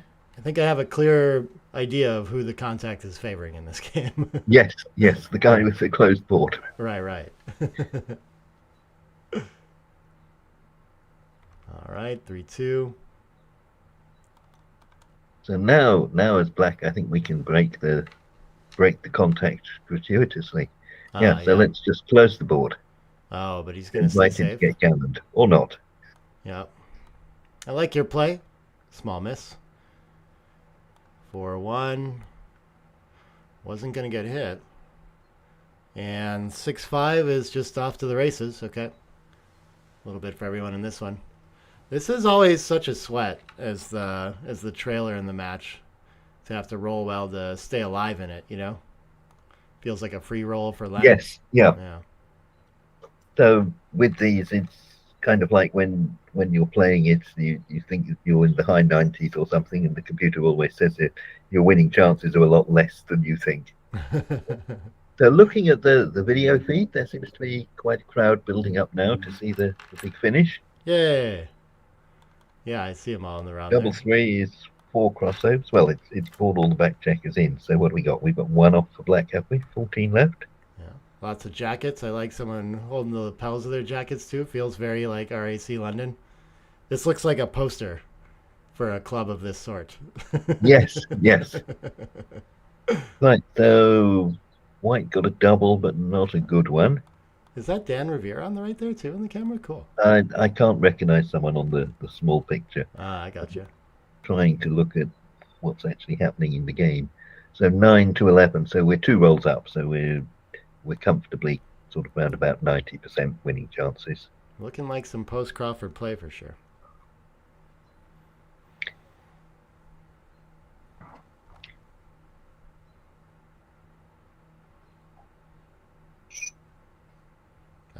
Sixes is a step in the right direction for closing it out, though. Yeah, so he's up to about 21 now, I guess. Just one more set. No misses available for black, so he's got to do it on his own. 5s? Wow. Okay. Aces are better to stay alive now for George. Wow, what a turnaround. Yeah, that's a big one. And 6-3 not going to be able to do it? Okay. Yep. And so yeah, I mean... Go ahead. Always difficult to test one game rollouts, but you can see that play when he rolled the 5-1. If you play 12-6, then you win that game. You win this game. Oh, really? Because the distribution is just better? Well, it's just you wasted 6 pips in board. Yeah. You know, so you're effectively going to be 6 pips better off when you get into the race. Yeah, very good point. So not only is it fine for the contact, but it cost him in the racing efficiency. I wasn't really thinking about it that way. Yeah. Yeah, this one had some roller coasters here, a little bit in the match progression if I bring that up. Let me see if I can get it showing here. Oh, there it is. Yep. So, I mean, I think we had, like, George starting off with an early lead in that one, right? And, so he got a 4-point lead, didn't he, at some stage early on? Yeah, in game 9 or 8 or 9, it looks like he was massive favorite all the way up to 75%. Then tanked, ended up underdog here, and eventually... You know, coming back into it for a while here, got, like looking likely to have good post Crawford chances, and then 6s and 5s. Right? So Yeah. A nice show of the dice in this matchup. So I think Len got 3 doubles or something in that, did he? Maybe it was only 2. He needed 1 to catch up and then 1 to go ahead. Took a few of them. But okay, I think I'm going to send the stream over to a short break and figure out what's coming up next. I think we have some fighters bracket action happening soon. I'll try to get an idea of when the next match will be able to start on stream. But we got at least, I think it sounds like probably 3 or 4 matches going today. Still have to do the finals of the entire event. That was just the Undefeated Finals. So this winner is going on to play the finals of the tournament, and some jackpots to finish up too. So yeah, we'll be back with more action soon. Thanks so much, Julian. Okay, so I should be with you all day, hopefully. Excellent. Well, I'll talk to you soon. Okay. All right. Right. Cheers then.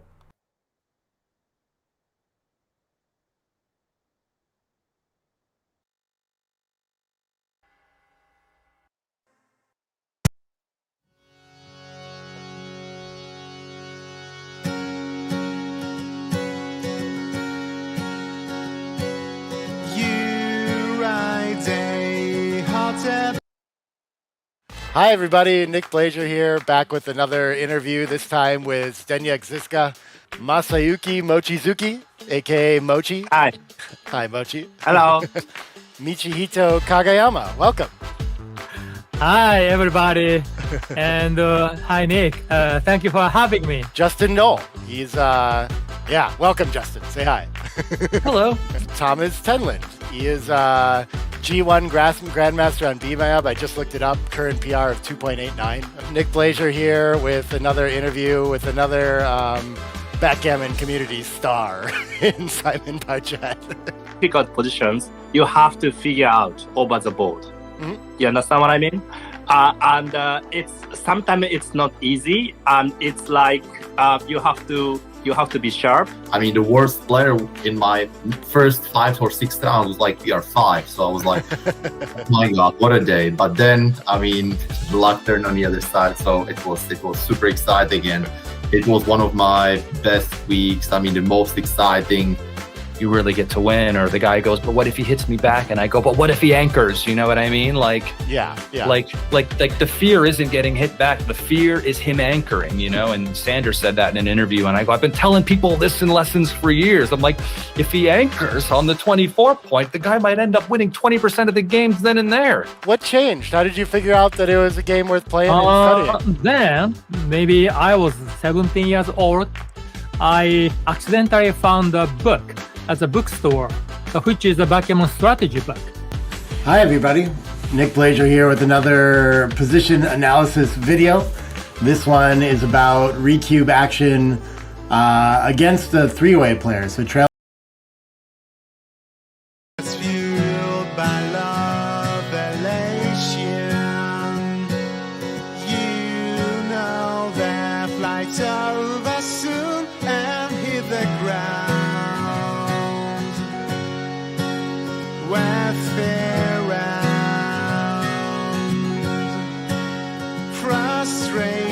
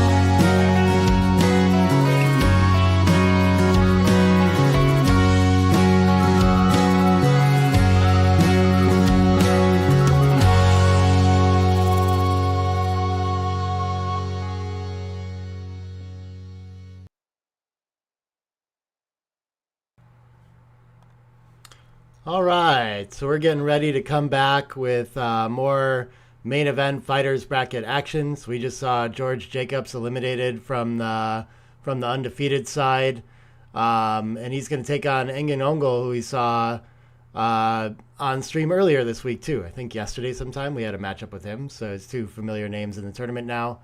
They are in the round of 8 on the one-loss side, and after. Yeah, I think I see that they've, there's a matchup in the semifinals already, but I'm not sure. Things kind of dragging on this side of the match. Yeah, I saw the result of that one. Yeah, go ahead. Radu won against Chris Bray, so Radu is in the final of the fighters bracket. So okay. He's 2 matches away from winning now. Oh, wow. That's really, I was hoping we'd get to stream that one for sure. That's too bad. But so that tells me that we're probably just on stream for now, just cruising through this fighters bracket match, probably going to catch the next one and all the way on to who did you say? Sorry, Chris or Radu? There's another match somewhere that I'm missing. So this one is, I think it's 2 rounds back from Radu. So I think the winner of this one has to play the winner of Will Cockrell's match. Yeah, Will Cockrell and Afshin Fulad. Afshin we saw on stream already. Will I think he's been walking around in the playroom. But so Will is a really nice guy. So he used to play backgammon a while back, and then he disappeared for 10 years. I think his wife told him that he had to spend more time about the house. Anyway, he's come back, and I think he's officially a sports journalist. So he wrote something very good. He's a brilliant writer. Yeah, he wrote a really nice piece about his experience in Cyprus, which I thought was super cool. So, I say, he excels on the writing front. And I won't comment on his backgammon because I really haven't seen it yet recently. But yeah, I think they're planning on starting this match in 4 minutes from now is the time that we set. So they'll probably just chat over the board for a little bit. But yeah, I think that should keep us on a pretty busy day of streaming here. So like I said, probably next up match after this will be winner on the other side in the semifinals, then going on to face Radu, you said, right? Radu knocked out Chris?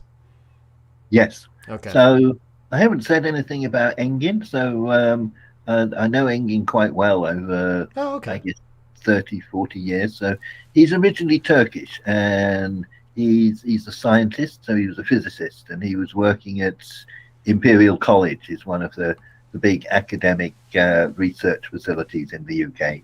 And he was working in cryogenics, so very low temperature and superconductivity, and I think he's been retired for a few years now. So he does a bit of part-time maths teaching over the internet, and he's actually written a book on backgammon, on the maths of backgammon. Oh, really? So he kindly sent me a copy of that, and I read it and concluded it was way above my level on the maths side. Okay, that sounds really interesting. I got as far as long division in my maths, but stopped at that point.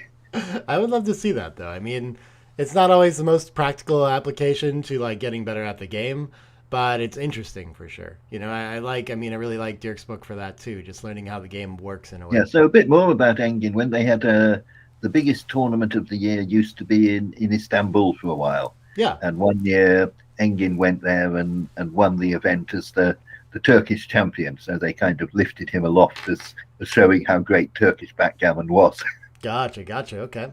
I think since then, as I say, he's getting on a bit, but he's one of these people who's a fitness fanatic, so he's kind of making sure that he's in top form for as long as possible. Right, so the match is off. So if you can give me the full screen when you have a convenient opportunity. Yeah. So Engin started with 5-2 splitting, and we're playing a 9-point match in the fighters bracket. Yeah. 13-8 seemed fine there, but okay, goes for the 2-up. Yeah, so this is interesting opening. So when your opponent's split with a 2, his back check is a 2 apart, his front check is a 2 apart. So he doesn't have any new point making rolls. So you can just play this 4-1, 13-8 and give him nothing. Gotcha. Okay. Interesting. So Engin rolled a double 4, pointed on the 5-point blot, and then George recovered by making an anchor, but Engin's now had another big double, so he's off to a very big start in this game. So I'm pretty sure he should be doubling already. And he's pretty sure as well. Very interesting. This feels quite early to me. since it generally is just going to be a 22-point anchor game that isn't that far off a take anyway. Yeah, but there's a lot of indirects, aren't there? There's 7, 8, 9, 10 hits at the bottom. Yeah, but it seems still playable after that. So I don't know. Yep. I guess black has no structure, but yeah, I wasn't seeing it. I don't know. Okay, so what does the computer say? It says it's no double. Yeah, so this looks a bit feeble. So I was going to play 11 and 5 here. Mm-hmm. And I don't think we're in any danger of being attacked just yet. All quite close. 6-5 gets to make the 5-point. Yeah, so that's that done for this game. So now we can officially win the game. Right. And now this is like mostly even, right? I guess Engin has more structure, but like it can't be too far off with both having 22 points and the 5-point made. Yes, I mean he's got a race lead, so that's going to direct him to say he should be coming off the anchor at the first opportunity. So 6-3 is not a good roll. No. I mean, he can run out, but that kind of looks like it's too risky to me. It just risks being blitzed. I don't think he can run out. Yeah, so I like this slotting play. I think this makes a lot of sense. Yeah, this is better than my play. So I was going to play 2 and 10, but this has an upside. Mm-hmm. Ace is going to hit. I guess 5 could play down or from the back. I'm not really sure what's more important. Yeah, so I think we definitely want to come out. That we've got an even bigger race lead now. That we just need to try and get home somehow. The danger is if we get 1 or 2 pieces stuck behind black's structure. Gotcha. 2 enters. The 6 not very good either. This time I think we just dump behind. Unfortunate. Okay, so yeah, this is playing out like a double for white.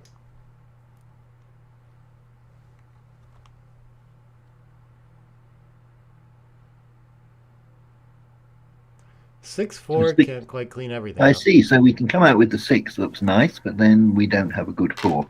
Well, I guess we don't really mind parking in front. Is our opponent so likely to run with the 6 and hit? It looks pretty scary. So I think this is fine. Oh, interesting. We can play, just leave blots everywhere and not link up instead. Okay. Ace 3 gets up to the edge. So there's logic in that. So I think black would hit with some 6s, and the problem here is that we've got this back point that's now going to be difficult to clear. Yeah. So now it seems like a fine time to clean it up. Now that we're not challenging our opponent to leave their anchor to hit, the 6s are almost free. 6-2 might still want to try to hop out. Yeah, I'm for building the board here. I think that we kind of just going to probably get a dignified second here. Gotcha. So yeah, it's one thing that's not so great about backgammon, that the silver medalist in every game that doesn't celebrate too much.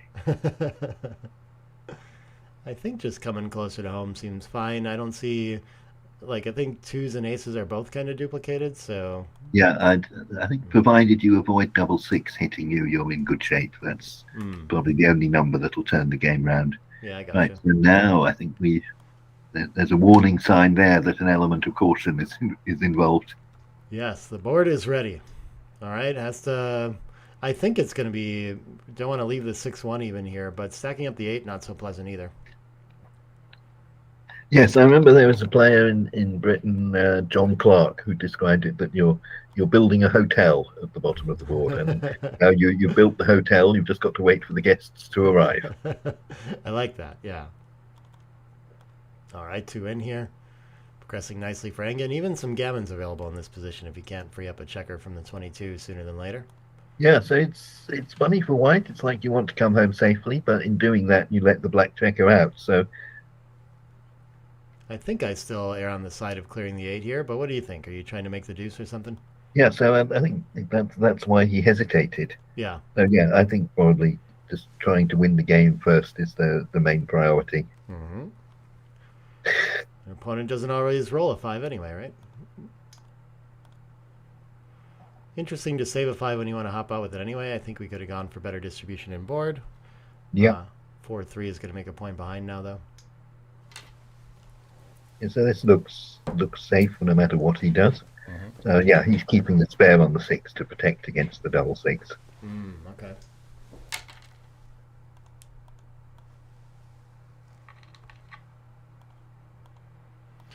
And the 5 gets to run. Beautiful shot. And no 4, so he clears the back point. Mm-hmm. So this, to me, this looks like it's a routine win for white. Yeah. It's probably close to 0 gammons the way it's panned out. Right. Hard to leave shots here, but you can see still like some 6% of the time he'll get to hit something and turn it around. Yeah, it's amazing. Like I say, I see these as sort of like, it's maybe 1 in 100 you get hit, but the computer always sees it differently. Yeah. The computer's always more optimistic than I am, which is probably a little depressing. Maybe the computer sees that occasionally you win the race here, Yeah, maybe. So Engin's doing the right thing here. He's basically taking checkers off when he can do so with very little risk. So right. Part of it is that you win games after you're hit when you've got lots of checkers off. Mm-hmm, mm-hmm. And So 5-1 is a choice now. yeah, I think So he we can want play stripping the 6 point and the 5 point, or taking 2 off looks a little ugly. I think I'm taking 1 off no matter what, but also taking 1 off the 6 point. Yeah, I was maybe taking 2 off there. Yeah. I So think the it's really computer important. goes for 1 off, right? Yeah, Michi talks about this in his endgame technique, that against the 22 point, which this is effectively still a 22 point, Yes. we really want to clear the 6 point as soon as possible. Yes, That's the yeah, worst so, point of contact. Like you say, but I think Mochi said that as well. He had the 3 point game Yeah. seminar where Mhm. he talked about that. 5-4 could clear the 6 point now, like we talked about, or just take 2 off. That's actually a bit of a dilemma for me now. Yeah. Maybe So there's it's some a gammon. good show roll. up. I don't don't know. think we're going to do badly whatever play we make. Yeah, and still, just clearing the 6 point on that theory is a little bit better. Very interesting. Yeah, so I was taking the 2 off here, but I tend to err on that side too, and here's where my it's only yeah. 6-3 is bad, and maybe it's losing the race is the problem. But as you rightly say, the computer says they're effectively tied. William asks, what's with the suit and tie today? That's the dress code in the RAC London, so just doing my part.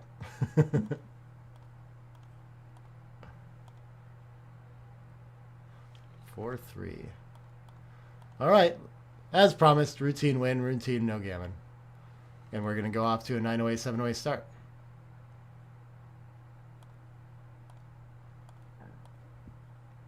I think I like that 4 in and 5 off, but gappy either way. Unlikely to matter, but those are always interesting puzzles to me.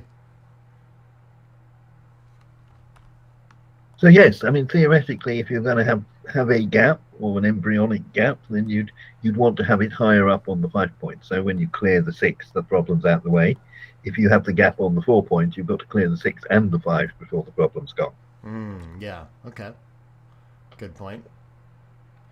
Okay, 6s is going to make a fight for it. Not so fast, he says. 1, 2, 3, and then 4 to 3. Looks good, yeah. Just 2 sets away. 6-2, okay, he's going to need some 2-1 kind of help now. Right, so 9 pips should be doable. Oh, this is going to leave Looking some a little. chances. Yeah, so leaving the checkers on 4 and 1 is much better than 2 and 3. Yeah. We're certainly going to take 2 off. Okay. It's a bit of excitement. Not going to be able So to what get have we the got? cube 1, in. 2, 1, 3, 2, 3. 6 1, misses. Yeah. Oh, 7 misses, right. 2-4, not one of them though. Gonna just barely hang on. Yeah. 1 pip to spare. I'm going to be arrogant and say if I'd taken my 2 checkers off when you didn't let me, that I'd have won that race with a little less excitement. You might be right. You might be right. But then the dice would have been different. You would have left a shot. Yeah. Alternative universe. Right. Yeah.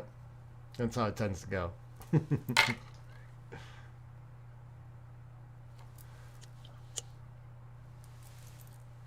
All right. So other than somewhat optimistic cube and a little miss with the 3-2 play before it, players playing pretty sharp, Yeah, so 2-0 lead to 9 is, in my mind, is nothing special. That no one needs to do anything exciting. That you don't need to pass to protect your lead, or you don't need to double aggressively to catch up. Yeah. So 5-3-3-1. Those players started well. Totally agree. I think we want to split against a nice priming point, but he plays 2 down. Yeah, Okay, yeah. interesting. Like you say, if White's got the 5-point made, you want to split with almost anything you can. 2-1. I mean, Engin's happy to sit back and not split in this position with 10 in the zone and the better yeah, priming structure. Yeah, exactly. He wants to get into this priming game. yeah. All right, nice improvement for George, but he still doesn't have the timing if he does get away with it. Aces is a big improvement. I think it makes the 4, but I'm always confused about wanting to make the bar point when I'm trying to prime. Yeah, so definitely making the 4. So this was McGrill's using men effectively. The idea that once you've made the 5-point, the 2 checkers remaining, 2 remaining spares on the 6-point belong on the 4-point. Interesting that we were okay to split there against the 10 in the zone. I'm not sure I would have found that. Seems reasonable to stick to the priming plan and just kind of bring a blot down and keep working on it. Yeah, that would have been my play, but I suppose what's very close. Black did have quite a few builders, so I mean Black can fill in the 4-point himself in quite a few variants. Even if he does, like I said, though, I think I'm still happy in general to play this game as Engin because I have the better timing. If we both just keep rolling this forward, I win.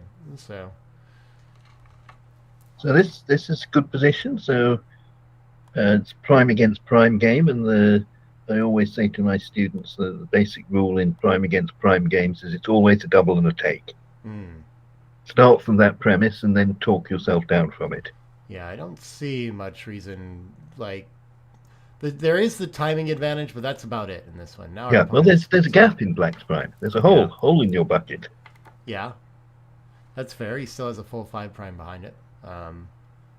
Yeah, I don't know. Now, so this gets interesting where I think since the prime's still intact, we always have to consider in Engin's shoes here. He's going to get it in a little bit early, I guess. Probably just a score adjustment more than anything. That keeps the cube off. That's tricky, actually. But so he has this idea of being able to roll through and switch to a blitzing attack too. But the prime's pretty strong, so it's not that desirable to freeze Black's progress either. I'm not sure. It kind of goes both ways there. But finds the double, and the take was easy to find. 6-4, okay, he's happy, got it in. I guess that's not too bad of a roll. 3-1 finishes the 6 prime, but still under some pressure to escape those back checkers. And 1-1. Oh, that's perfect. Anchors at the edge and makes the 6 prime. Does everything. Yeah. And still a timing advantage for Engin, but lots of play. The roll's full. Yeah. Not a big timing advantage. Like a half roll, maybe.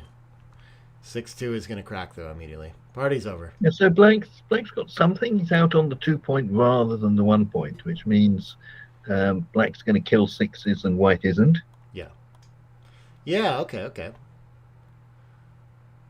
So maybe his cracking will happen a little bit slower from here on out. Well, I tell a lie. Now the prime has gone, White 6 is going to escape. He's not going to break his prime with it. Yeah. Okay, so he's just about holding on. I don't like that. Yeah, I'm not I mean, he could have just played 4 and 3. Yeah, I'm not sure why that wouldn't be. Okay, so the prime's broken. All right, double 4 is in business. Yeah. Oh, it's a double 4. Right, it's seriously broken. Yeah, Black's got the best of it now.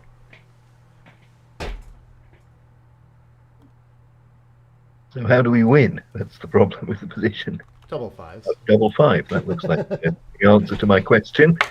Double 6s, 6-5. Just run 1 and don't get pointed on. I think there's a lot of ways. Okay, so I think we're just cashing next time. Yeah, it doesn't look too gammonish, but maybe our opponent's going to leave with a 6 often enough to try to close out or something. Is there really risk in rolling this? Yeah, we're slightly too good, technically, but okay. Maybe potentially at the trailing score a little easier to cash later, too. Yes, good point. Yeah. Okay, so 2-2. We're now to 0-0-7. Yeah.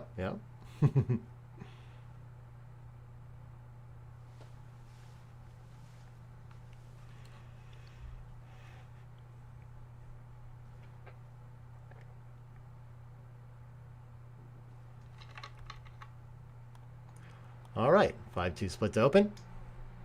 And we know what to do if we roll 4-1 now. Right. Well, but we also know what George is going to do. Yeah, I think he's figured out this is better than 4-1. 2 is in, 3, and 2. probably down. Optional 3, yeah. So Yeah. we're split already, right? So I remember Ballard was saying that re-splitting is not a big imperative. You've done your splitting, so now you can do a bit of unstacking. Yeah. You don't need to creep up.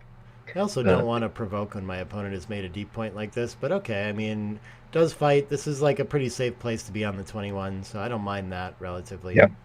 Yeah. So I guess we should be hitting if we've got a board advantage. Yeah. And we don't want white making the 4 points, so the play's clear. Right. I say it's relatively safe, but he finds him with the 9 anyway. And Engin hits back from the bar. Checker's back advantage against black's structural advantage. 2. 2-6. Yeah, I love 2-6 this. from the bar. I'm always looking for see. these splits where we have the double coverage of the 24 and 23 in case we do get hit. Yes, there. yeah. So Ooh. 1-3, right. So we can hit or have either 5 point. Yeah. So I'm going to say not hitting. third best. Yep. I'm not sure which 5 point. I guess when we have 3 back, maybe that puts more pressure on. I like, usually the offense tends to win out too. Yeah, so like you, I think the offense is, all things being equal, is better than the defense. But here we're unstacking 2 heavy points as well. Right. So we had 4 on the 8 point. So unstacking 2 points is going to give an extra edge to the attacking 5 point. On the flip side, when our opponents made a deep point like they have, anchoring in front of it goes up in value quite a bit. So it was a little tricky. There are plenty of things to go through there. 4-5 gets the hit. The beautiful double coverage of the 24-23 split works. And clear advantage for black in this game, I would say. Yeah, I don't know. I mean, this is one of these difficult backgammon conundrums where it's one player's got position and the other one's got race. Yeah. And I actually like the position a little better with both of them having 3 backs. So I changed my mind entirely. I love white's position. There we go. Okay, so if you've changed your mind, you're going to vote for Donald Trump next time out. Next time out? Yeah, next time he's standing for president. Ah, I see. I don't tend to participate. No. All right, 2 anchors for white. Has all the structure everywhere. And black's got 1 anchor, so. And a racing lead, so that's actually very nice to link up on the 18. Yeah. So he's got the clearest path to victory, I guess, but it's not an easy one. Reinforcing the 5 looks kind of nice here. 2-6. I'd get off this 23-point anchor. You're ready to run off that already, huh? Interesting. Okay. I'm happy to wait a little bit until like something forces my hand. I don't mind having the builder back there, but all close. No, so I guess that was Mitchie's rule about keeping the spare on the midpoint is what you'd like to preserve. Sure.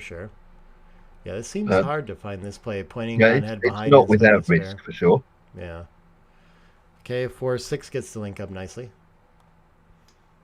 And it's just a very ugly position for black here. Yeah. So we're going to do a pip count and discover we're still ahead, so we like it. Oh wow, he doesn't want to make the 8 making point. the 8. I want to make the 8 like you, yes. So I want that point in the 3rd quadrant. That the guy back is not under tremendous pressure yet. No, only 8 in the zone. And we have a better board for now. The midpoint. Yep. All right. I guess the idea here is that his opponent has to leave the anchor if they want to hit, which is maybe scary against this 3-point board, but still like the 8, yeah. Long term, when we're just playing holding games most of the time, okay, so this one is a difficult one. So 13-2 is safe, or we could just play 1 off the 15-point and go to the right place, but leave a shot in the process.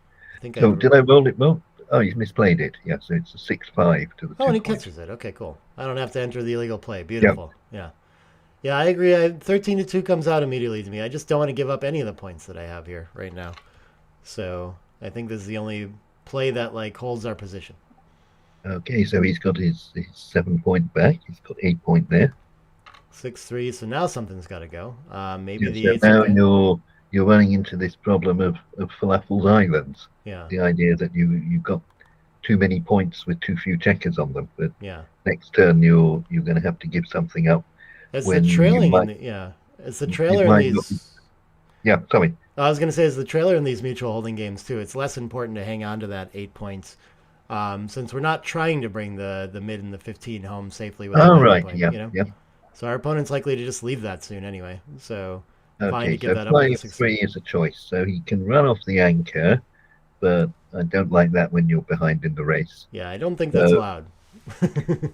He can dump checkers in his board and leave 2 blocks. Yeah. This is I see he's duping 3. Duplication. That's Okay. motivation. Clever. Wow, he is supposed to leave his anchor. I'm never finding that. That's really interesting. Okay. I don't know. It seems like I need that defense with my opponent having the racing lead. But I guess it's getting close enough or something like this. I don't know. That's a tough one for me to find. Yeah, so maybe the answer is that there's so many checkers behind the anchor that the threat of being attacked is quite small. So that's the idea. So what happened? We've had a hit and a fan and a double. So that was the downside with Engin's play. He left 2 blocks, but he seems to be happy with a 4-point anchor and the 5 points still unmade. Looks like a strong cube and a strong take, yeah. Lots of extra gammons against this anchor game, but plenty of impurity in contact. Engin can just enter with that anchor. He's doing fine. Plenty of work to do to see this through. It's the entering from the bar is where Engin is being put to the test. Yep. And failed twice now against the 3-point board. That's never good news. 3-1. So 3-1. Do we start moving the anchor yet, or do we try and... Can't see how we can really get that many more builders. Yeah. Well, he wants to slot it. Yeah, so there's been in McGrill's book, he says you never slot against 2 on the bar. Yeah, yeah. Obviously, with all these things, never is not quite used in the conventional English term. He does have a blot and board, but yeah, it seems like an overplay to me as well. Hard to create 5 blots coming off the 18 too, but it seems like the bot preferred Okay, that. so 6-5, now I guess we cover, and then we should hit on the ace, that we have to stop the two anchors. Yeah. So I thought he'd find that play. If he slotted last time, he's in danger of being over aggressive in the position, not over passive. Oh, finally a beautiful shot from Engin. Still Okay, risking it. so maybe he's 1 roll away from taking control. And back in trouble. Good.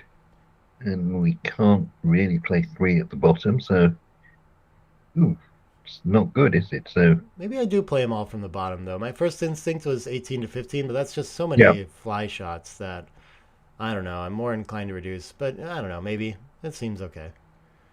Oh, look at that. We should actually split it too. That's interesting. Difficult find. 3-2 is going to fan. And looking to blast away at that checker on the ace again. Yeah, so 2-5-6. 3's oh, wow. Up, this is a collapse star. Yeah, I think isn't it nearly forced? I guess we're 8 to 5, and then do we want to get rid of the 6 or the 5?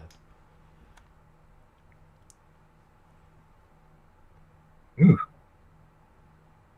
I guess I'd rather play from the high point. I'm not sure. I guess it's... Yeah, but like you, I instinctively want to clear the 6.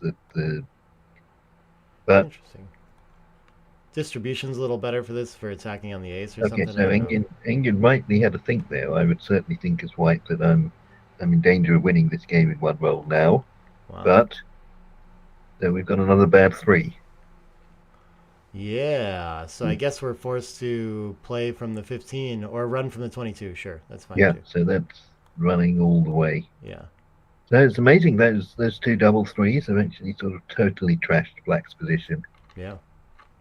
But Engin's double 3s aren't helping him either. Yeah, just refusing to take advantage of it. Another 3. Okay.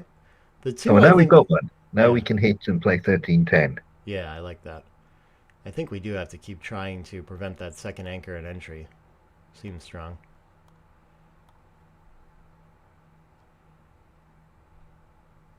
Three 6 fans again. Wow, he's having terrible luck against this 3-point board. That's some of the most frustrating backgammon to me.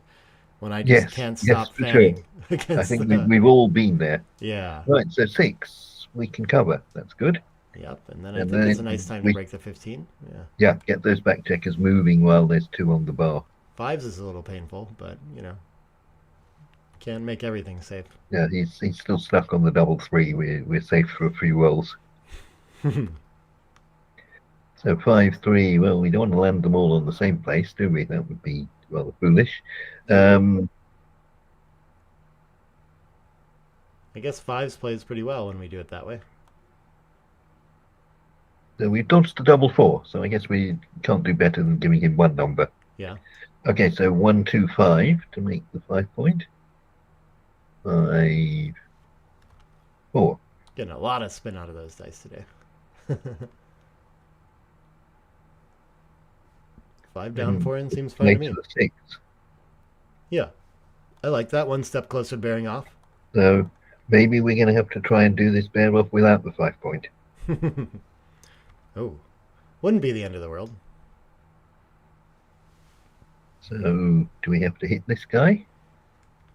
Yeah, that's an interesting question. I think I'm just bringing 2 in and getting closer to bear off, but reasonable to think about it. We're going to get something off before we get gammoned, at least.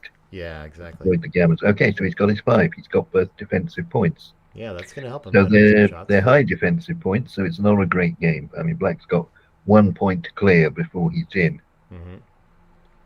But it's going to generate in the teens of winning percentages, apparently. So he's got something out of nothing from this. So what are we going to do as white? Are we going to try and run off the gammon, or are we going to try and build our board? So if we're 100 down, I guess we have to build the board.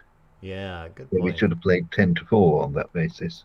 Yeah, maybe you're right. I was thinking we could do both, but yeah, 10 to 4 called for. You got the right idea. 6-2 can make the board, so we'll see if he decides on that or just gets really efficient with pips.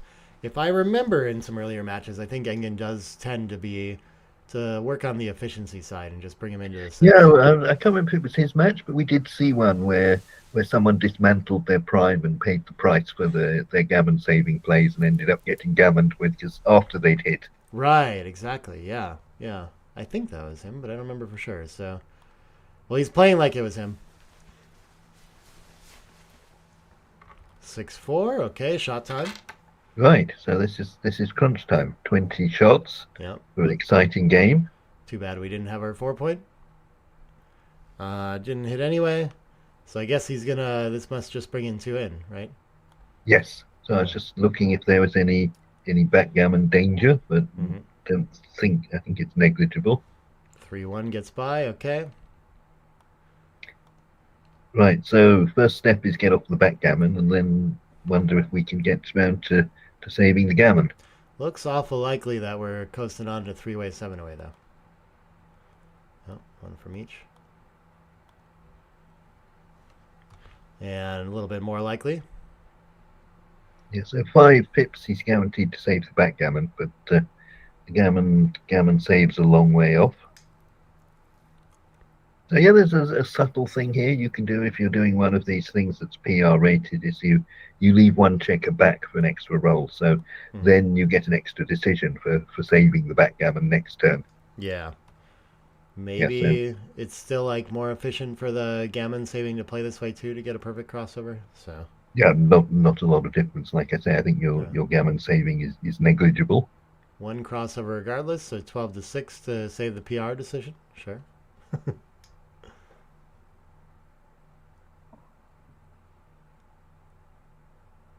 Okay, this is another way to do it.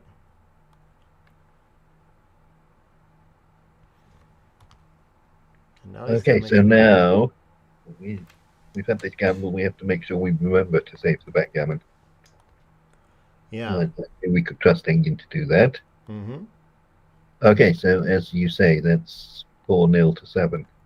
So 4-0 to 7, I know is effectively a 3-1 favorite. So it's almost exactly 75-25 now.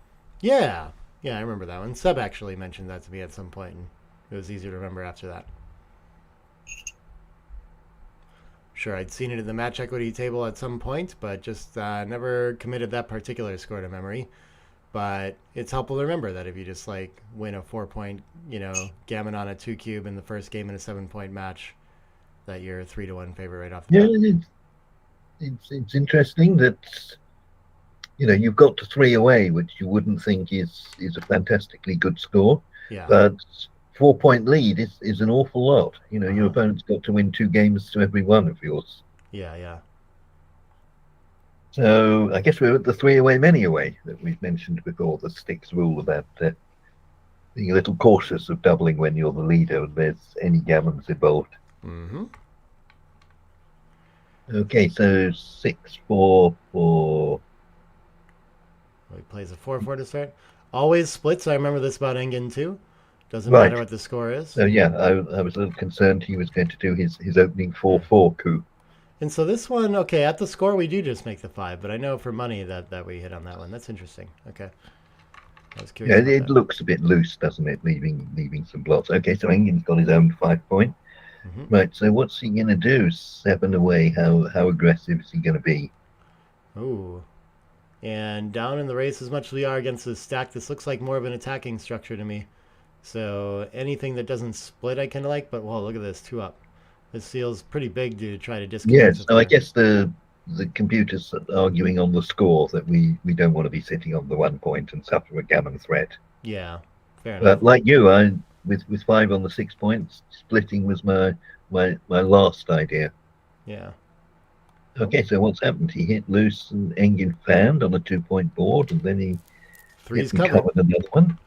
Wow, okay. And so if there's ever going to be a game where we could cube it, I mean, if we were escaped, we might be able to think about it here, but I think there's still too much work to do, likely to get to too good. We'll see. So that's a very aggressive play, giving up the 8-point. Mm-hmm. So now he's got to justify it with some good rolling. He's got the ace, though, so he's decided he's just ready to maximize blitz potential, right? 3-2 going to point on head. Yeah. Nice shot. So, as I say, he laid his cards on the table and said, blitzing is my game plan today. Mm-hmm. Double 2s, okay. That's going to make some very nice structure that should save a lot of the threat of the gammon just through having offense, right? Now it's a lot scarier to hit loose. Yeah, and it's a fantastic shot, I'd say. We're 1 roll away from doubling. So I would have gone 13-11. Perhaps it's a bit too wild, but I wasn't sure if I wanted that involved when I'm about to be attacked in board anyway, but yeah, seems like the bot likes the idea too. The 7 is not a good point when we've got the ace made, so I don't really like. Yes, as you say, they're not part of the same prime. This is best though. Okay, interesting. I guess if the cube's in the center, Engin still can't double. If he was to be cubing to 4, it might well be a pass. So yes, he's worried by the blitzing threat, so he's evacuated half.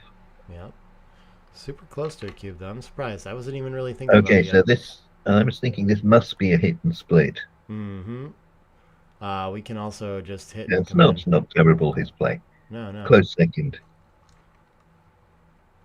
So 1-3 we hit. Hit twice, sure. With a weaker board? Maybe not, but at the score it seems called for, yeah. I was thinking maybe 7-4. Oh, right. Just like this. Yeah. Okay, 6-1 hits. That holds off the cube for a while. Mm-hmm. 3-6, not a bad entry. That's brilliant. So now we've made the 7-point. Mm-hmm. So now I think we can double black unless he gets anything good. And 2-5 is exciting. Can we double from the bar? This is the right score to think about it. I'm not sure either of them's adjusting enough to find that. 3-5 is good, is 15. Double 3, does that do anything? I'm not sure. I'm kind of tempted here. It might well be wrong, but it's kind of like if it goes wrong, you're going to be 8-2 down. So maybe you just have to assume it's going to go well. Uh-huh. You're on the right track there. It's a big volatility cube there that he missed. Yes, I have one of my students who always likes to double from the bar. Uh-huh. It's her favorite doubling strategy. I gotcha. Well, that must not work out most of the time, but yes, exactly. But it's cool when it does.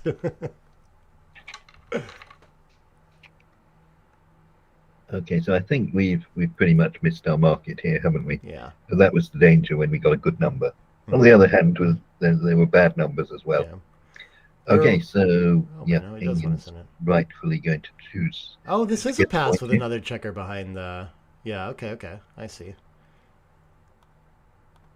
Well, so I mean, we've talked about this before. That once you take the cube, you're pretty much condemned to keeping it for the rest of the game.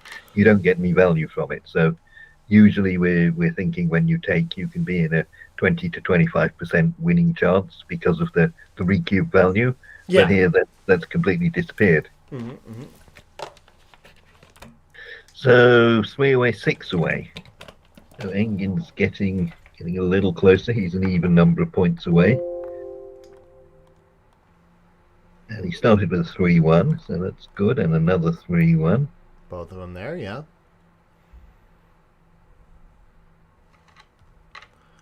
Another priming point, not so bad.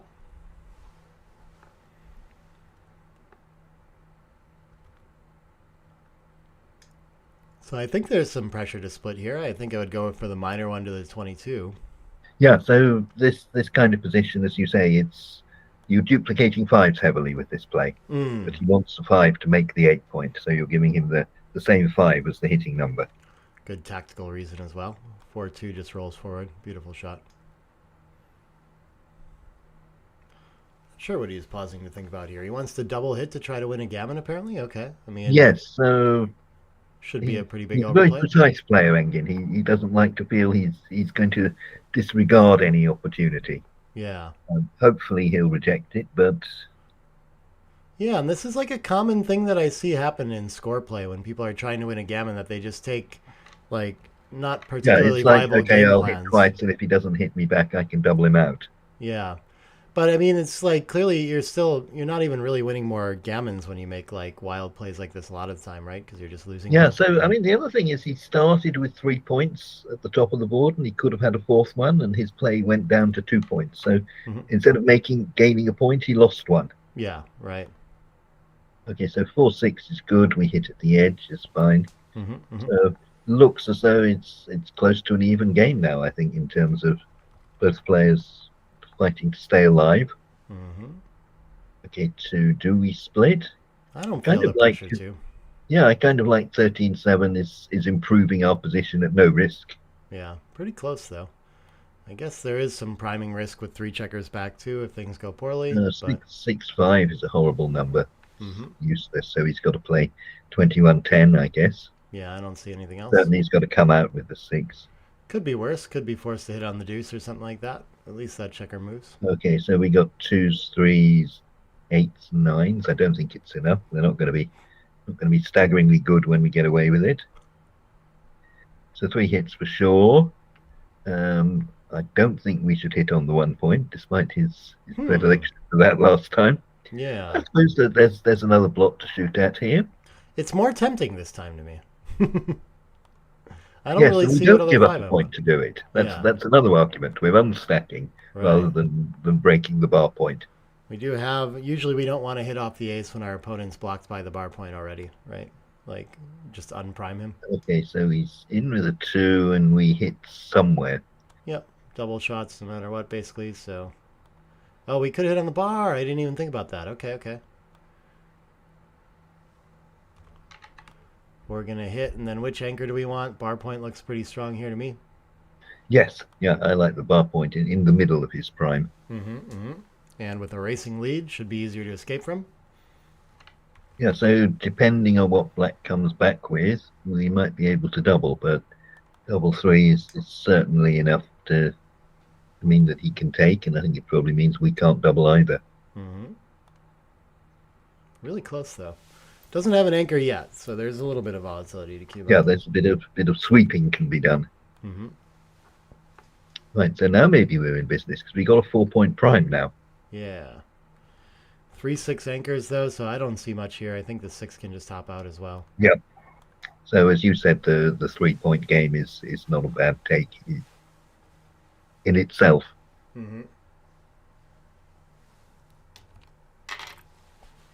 All right. Well, there goes our midpoint. Yep. And now it's going to be a little bit tricky to get that spare off the 18 to safety while clearing as well, but he'll take the massive racing lead, I'm sure. Yeah, so I think you just give up the midpoint here. I can't see. I think so. I'd see he's thinking of making the trap play and making the 1 point on the basis that black's not going to hit him with a 4 or not like hitting him with a 4. I think you would, though. I would. Yes, yeah. Yeah. And the other thing is, what do you gain? That you're going to keep the midpoint for 1 roll, I think is the answer. That you're going to have the same problem next time. This is fun. Okay, we're still so down 12 pips after the play. So are these 2 blocking points worth enough? Yeah, I think so. I don't think so. I No? had a game with very bad memories against Chris Rogers where I played this strategy of both midpoints and discovered I didn't like it. Yeah. It never seems to work as well as I expect it to for some reason. Just end up running out of timing, and it doesn't prevent like motion or generate double shots as much as I'm expecting. So did the computer like this double midpoint play, or did it just play to the 3? It liked staying, no, not to the 3. It liked coming out for sure, but then you could play 13 to 8 with 2 of them. Right. Yeah. Okay, sorry to distract you. No problem at all. Right, so how are we doing? We've got a 5-4. We can run or not. That's the choice. Yeah, we're still ahead in the race. It risks something. I don't know. We'll just leave a single shot later. It doesn't look like it's the perfect time for me. I'd like to see a black blot somewhere else when we start the hitting. And we can just improve our board too. So what's wrong with that? Yeah, it plays constructively. Yeah, maybe we'll find 6-3. 4-6. Yeah, 5-4 doesn't get there though. Oh, does it? Yeah. 5-4 has to go there. 4-6. You're right. I got it. So this time he thinks it's time. I'm still not convinced, but okay. Yeah. Yeah. So I guess the argument is that he's run out of useful things to do with the roll. Well, he was going to cover the 2-point, like make another board point and just roll forward. So probably would have been. Let's see, ace in 3. I don't think needs to come up into harm's way. Does get out of the way of the dilly builder on the 3. We're safer back there, and actually we could do with a good 6. Yeah, actually a little bit better to pass up that dilly builder on the 3. I've seen this theme before. Okay, so he's found it. That's good. Mm-hmm. What is 6 going to do? That's going to be hit and is where I am. Yeah, make the 2 probably. So not necessarily. You can play safe. You can play 6 and 2. Yeah, and then that just makes the contact imminent with no way to clear the midpoint. I can't do that one. I think I have to attack here. Yeah, so, I mean, are you favourite after this play would be a good question to ask. Yeah, how do we ever get this home safely? That's the best play, though. Wow, okay, by a sizable margin. I guess it's quite hard to bring it home after we hit as well, and our opponent has such a board. You look at the top of the board, and you're kind of tempted to say which play leaves least shots. Looks like at a normal score, we would tend to go for the Gammonish play. Yeah, this is 13, but 13 shots. So this one I'm not doubling. Not too far off though. 1-6 slings up and great contact. Here we are with the double midpoint game, and no time for it.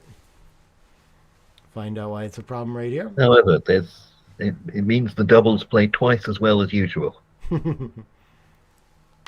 So he's going to cover instead of reducing shots. Okay, so 15 to 14. That looks like a good play to me. I might have missed it, but 2-1. Okay, so one of the midpoints are cleared.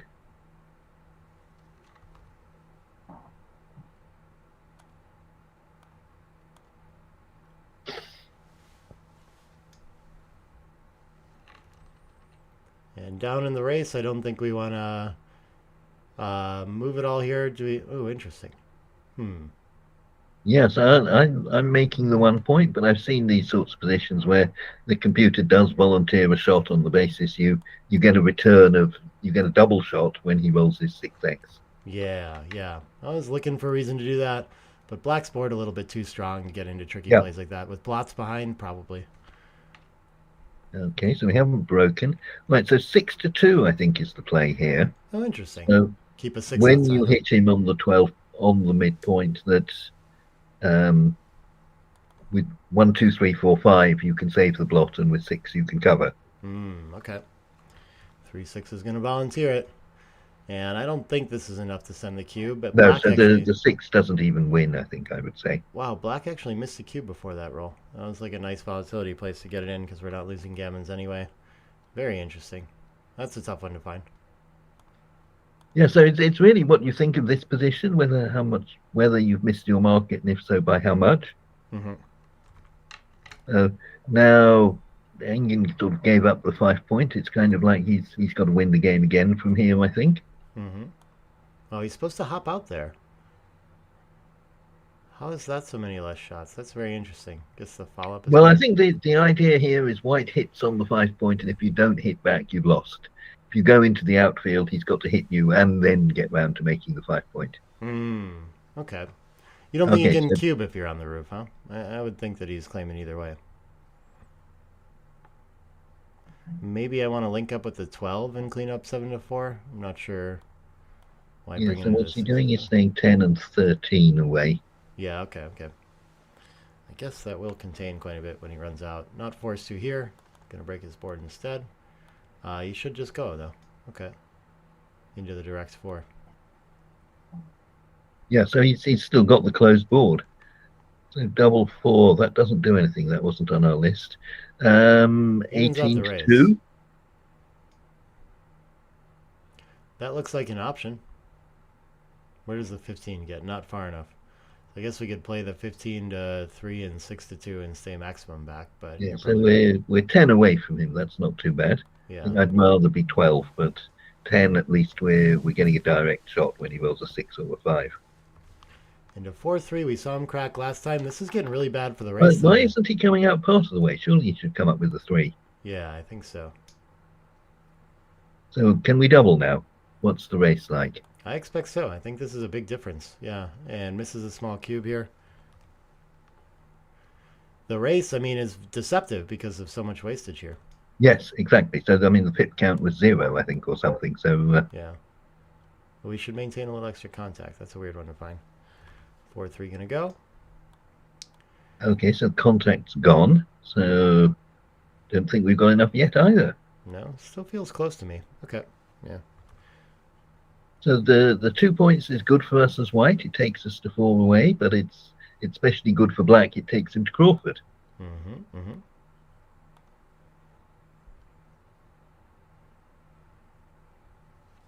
So that was an important role. He needed a lot of pips to get home, and this is a brilliant way to do it. So I'd have been hoping just to get into the home board, but getting 2 off as well is a big bonus. So that might be enough to win it. Yeah, looks like cube coming. Even at 3 away. Oh wow, it's actually a huge take still. Okay. I didn't get into the wastage too much, but it just looks like... Oh, right. Yeah. It's 3 away. So this I do know about.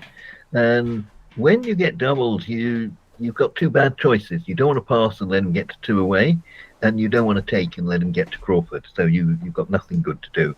And what the computer says is you take aggressively, and then you can redouble to 4 when you're sort of close to 50-50 in the game even.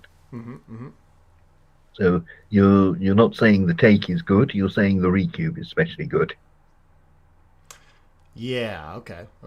Yeah, it looks... I'm actually surprised that the winning chances are only like 72% for black. I was just assuming that the 5s were enough to put him like dramatically in regular double pass territory. But now, how many have we got off is what I'm trying to see. I think it's just 2 off.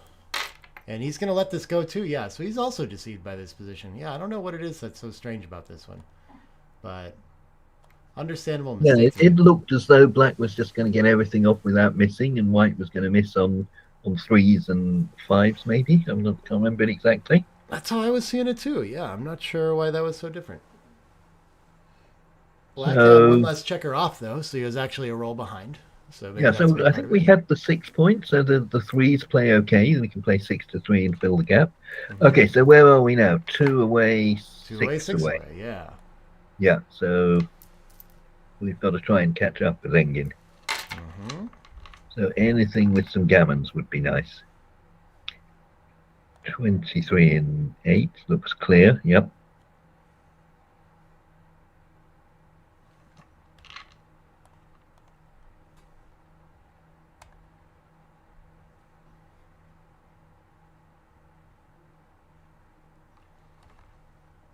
This looks like a blitzing play, especially in a trailing score.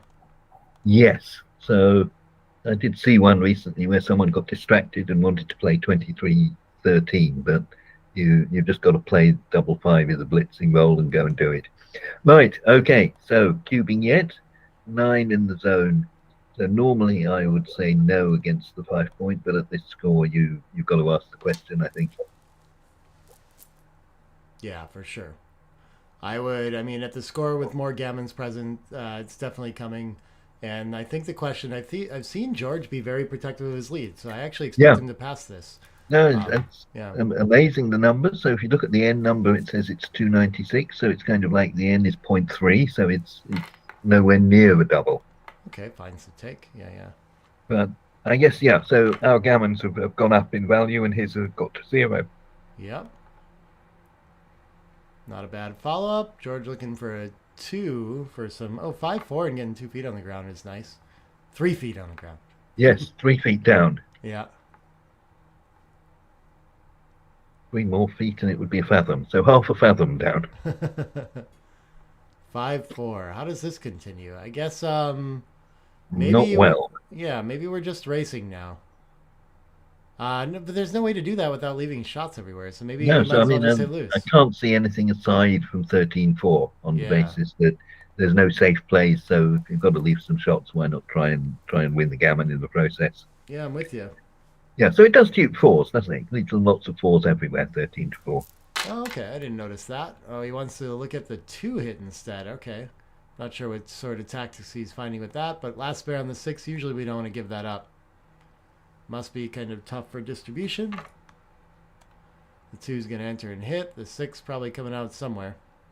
Well, we can hit as well. We want to break the 8 to hit, you think, though? Well, I'm doing it more as a defensive play and saying once you're entering from the bar, that'll buy me time to make my anchor. That's a good point. Okay, maybe that is worth it there. Yeah.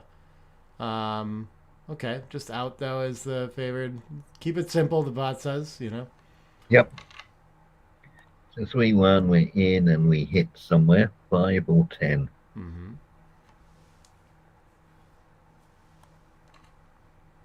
That wasn't clear to me. Oh, no. I was just instantly in the outfield for whatever reason. I think our blitz is a little weak with checkers back and what's material in the zone, so this gains on race, puts more checkers back, stuff like that. I don't know. Okay, so George has now got a 5. He's got his anchor, so he's dug in for the rest of the game. And this seemed to be the most likely outcome, right? Which is another reason to just play a more solid outfield hit there. Linking up with the 16 seems like the best anchor available. Yeah. Yeah, so that's a nice play. Yeah, I love it. So now we leave him the anchor breaking hits. Mm-hmm. And that's a pretty good one. Yeah, it's too good to play easily, I think. Yeah. I mean, we could just get the 23-point blot to safety as well.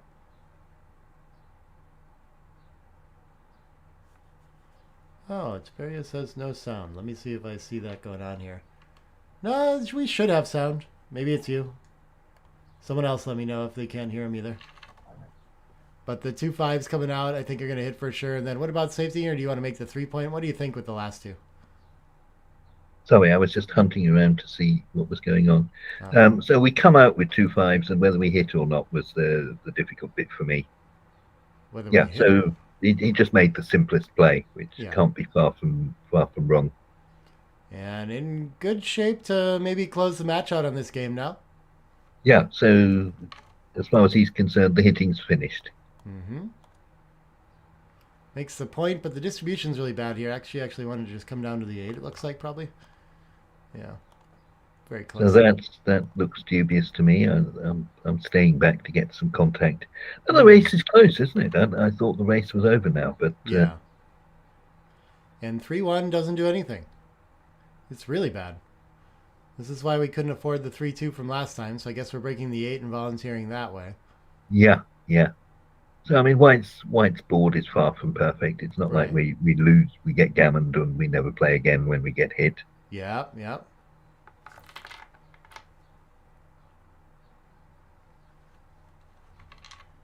All right, the message about no sound is retracted. Excellent. He rethinks his comment. 3-4. Yeah, my instinct is just to come around here, but of course we want to build board points, the pure ones. I don't know what the easiest way to do that is. With a close race, keeping mobility looks pretty nice. 6-4 is fine. Yeah, I guess we're just going to play behind. Yeah, it's a nice landing spot. Yeah. I mean, we could have made the 1 point was the alternative, but then you don't have this bar point to unstack your midpoint safely onto. Oh, yeah, I didn't even think about making it that way, but I want the outfield point. So does he want to creep up with the 2? I don't think so. I think I would just play 8 to 5 and do something useful at the top. Yeah, I just want a board, I But think. he wants to creep up. Yep. Okay. So yeah, the race he's down in the race, but it's not a lot, is it? Yeah. 5-6 is. No, I don't think it needs to 2, hit. I think is the only play. Yeah. Well, the 15 Now gets to the 4, but I guess the plan is to roll a 5 here.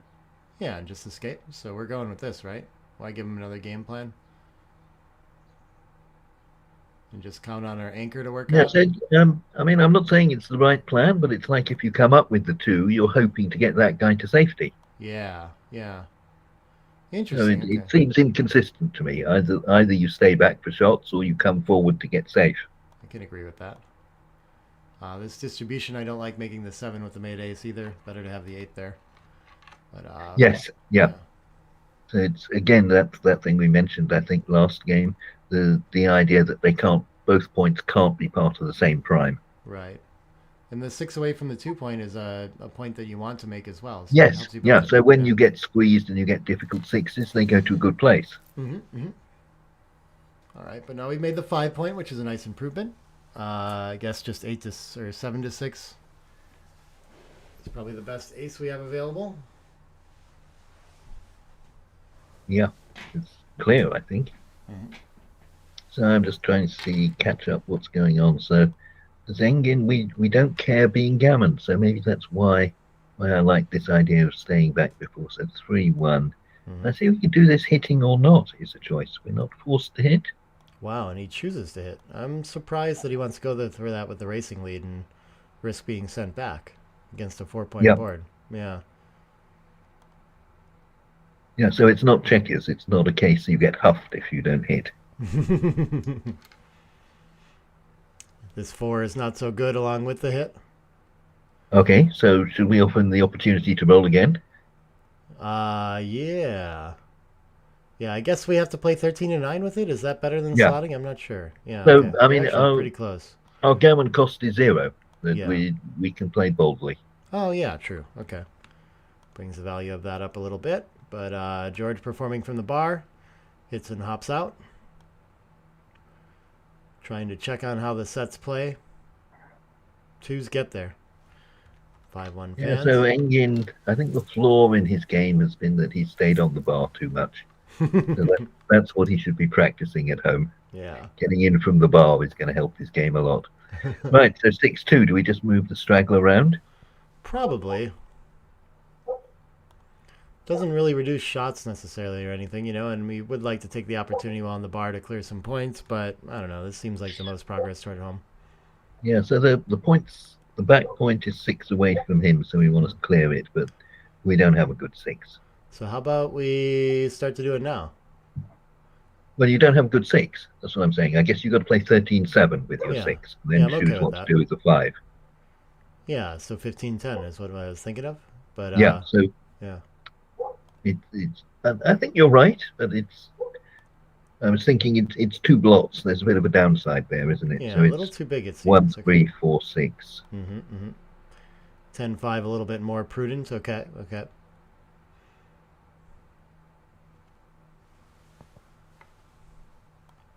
Well found by George.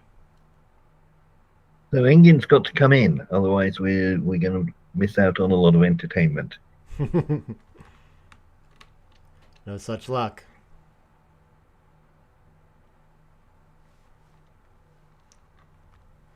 Five, 4. No completely safe play, really.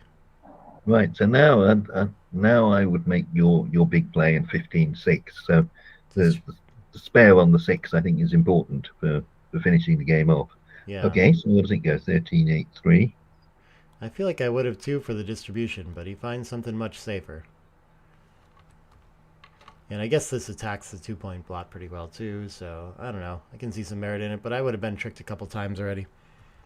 Yeah, so I guess you've got to try and find a good 6, and that's what he did with his play, getting to the 8-point. So a lot of his 6s are going to point on the 2-point now.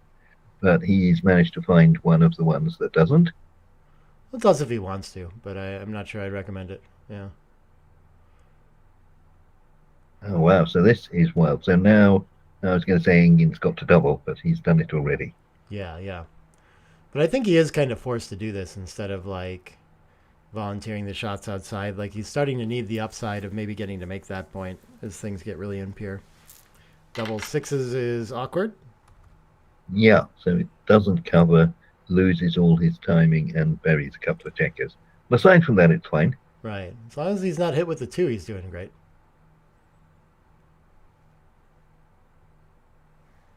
And Engin still just can't come in, so plenty of ways to cover and come around now. Double fives, what is still can't cover. Okay, but it gets 2 checkers off, no gammons. Beautiful. Yeah, so he's looking at clearing the 6, but I think your play is automatic. Saves a lot of gammons when you've got 2 off. Thanks. 1 is theoretically saving all the gammons, but 2 is enough to persuade most opponents that you've saved the gammons. Another fan. The 3's going to cover 3-1 one now. off. He's Sure. made it. That's good. Yeah. Yep. So agree entirely. Get another one off. All right. Take the downside. So we're almost done, I think. Yeah, George, a huge favorite in this one. You're going to need some sort of disaster to keep Engin alive here. 6-4 is not that. 6-1, 5-1, 4-1 next time. I guess our big sets leave a shot if he fans too. 4-1. Sure, any ace you like. Maybe not like 3-2, but 5-1. Okay, a little bit of hope. And can Engin extend the match with an ace? Still a lot of work to do even if he hits it. And he does. Okay, okay. Right. Brilliant. We got some chances. Okay, so what's with it? A 2. Probably spreading out 16 to 14. I like that. Maximum outfield containment. That's not a good play. I think it was best on there. So I have a rule about these positions. It's that containment games, the first thing you want to do is to find a play that wins the game for you. And when you can't find that, then the next thing to do is to stop your opponent winning the game. So Black's threat was to enter with a double 4, which we'd got blocked on the 16 point. So when you break the 16, you suddenly turn his best number into a winner. It comes in and hits twice. Yeah, okay. So anyway, back to the action. So Engin made the 8 point. George came in and out, and Engin's got to hit with a 1, so now he's got to find a 3. So 8 to 5 looks sensible. Sure. Plenty of chances to just hop in and race here too for George. No such luck on this Yeah, roll. so I think first objective for Engin is to make the 4 point, if he can do that. Double 6, we can remake the 8 point. Pretty good. Comes out to the 15 as well, containing nicely. Oh, I thought he would have. Want to give a 4-6? Not sure, but yeah. There's pluses in this. We're aiming at the 4 point. Right, yeah. 2-1, we can roll a 3 and make the bar. 6-4 gets the point on head, I think. Yeah, so we can make the 4 point, but that gives him 2 numbers to get out. So yeah, we've got 1, 2, 3, 4 builders for the 4 point. More important to prevent him from rolling there. Yeah, so I'm thinking we're probably slotting the 4 here, depending on what we get. Interesting. Yeah, let's slot it with 2 checkers, and we can only slot with 1 checker. That's a shame. I thought it was 6-1. Okay, so we can make the point 6 in front of it. That's not too bad, is it? That leaves him 4-3, 4-4, 4-5. Yeah, that's probably a little bit stronger than slotting here, I would think, but he's going to go for your idea. And they're very close, yeah. Not so bad to get recirculated when you're hit anyway, but... So this was the theme of saying you make a play that wins the game. I mean, this doesn't technically win it in one roll, but you say, well, okay, if I've survived this, then that's taken away a lot of the losses. Yeah. Okay, so what's going on? 6-8 at the bottom, 1 on the bar, so that's 9. So Black's got 6 off, is that right? Yeah, that's what I'm seeing. So 6 off. We don't want to play too aggressively. We're still favourite, aren't we? So 4-1, it's never good. Never like going to the 1 point. I think the bot likes that quite often. Yeah, so likes to keep playing a bit conservatively. Its priority is always keeping the 6 and 5 spares, it would seem like. And unless some other more aggressive principle is in play. Right. That seems to No, be what we've it got thinks is close quite board safe. and we've got 2 off. So Engin is going to be massive favourite now. Yeah, likely going on to 4-way, 2-way. Okay. Close to match over, but he found a little bit of life here. Yes, he was on the life support, but they managed to get his heart back working again. That'll be a fun match progression. Double sixes. Okay, Whoa. he's going to give a sweat for it. Hold Never mind. everything. 3, 6, 8, 10, 10 to 9. Yeah, so I guess technically on lead roll, 6, Engin 5. is- He's got 2 off. Brilliant shot. Yeah, one double away from saving the game for the match still for George here, though. Yeah, so he needed that 6, 5. Yeah, that was brilliant. If he rolls enough aces, he can miss that way.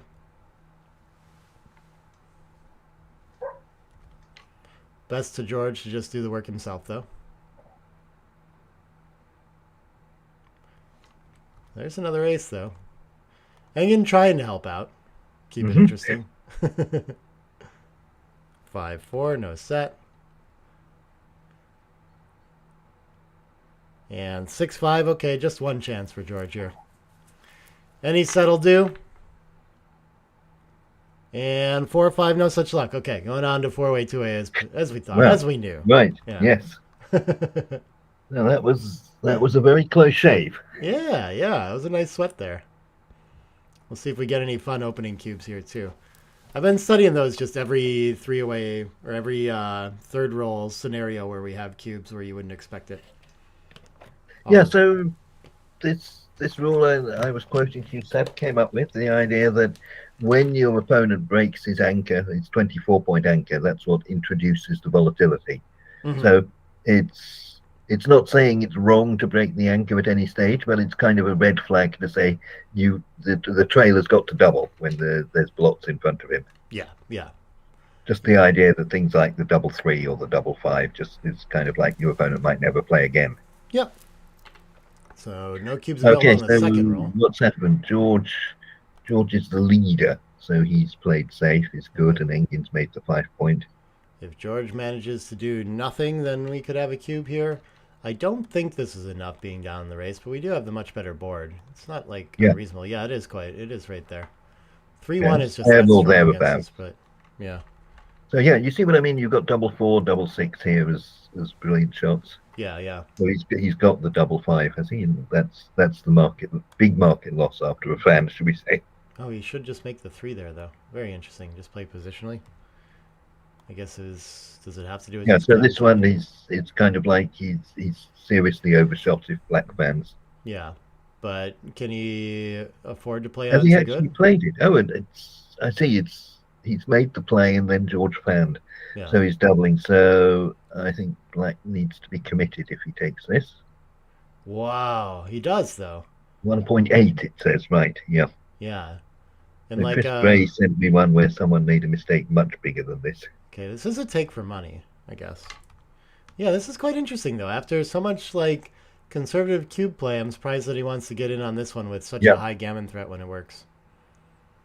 4-3 is going to cancel a lot of that though. He was just feeling it. This guy isn't going to gammon me. What are you talking about? Yes. I mean, he's not even winning when I come in next turn. Right.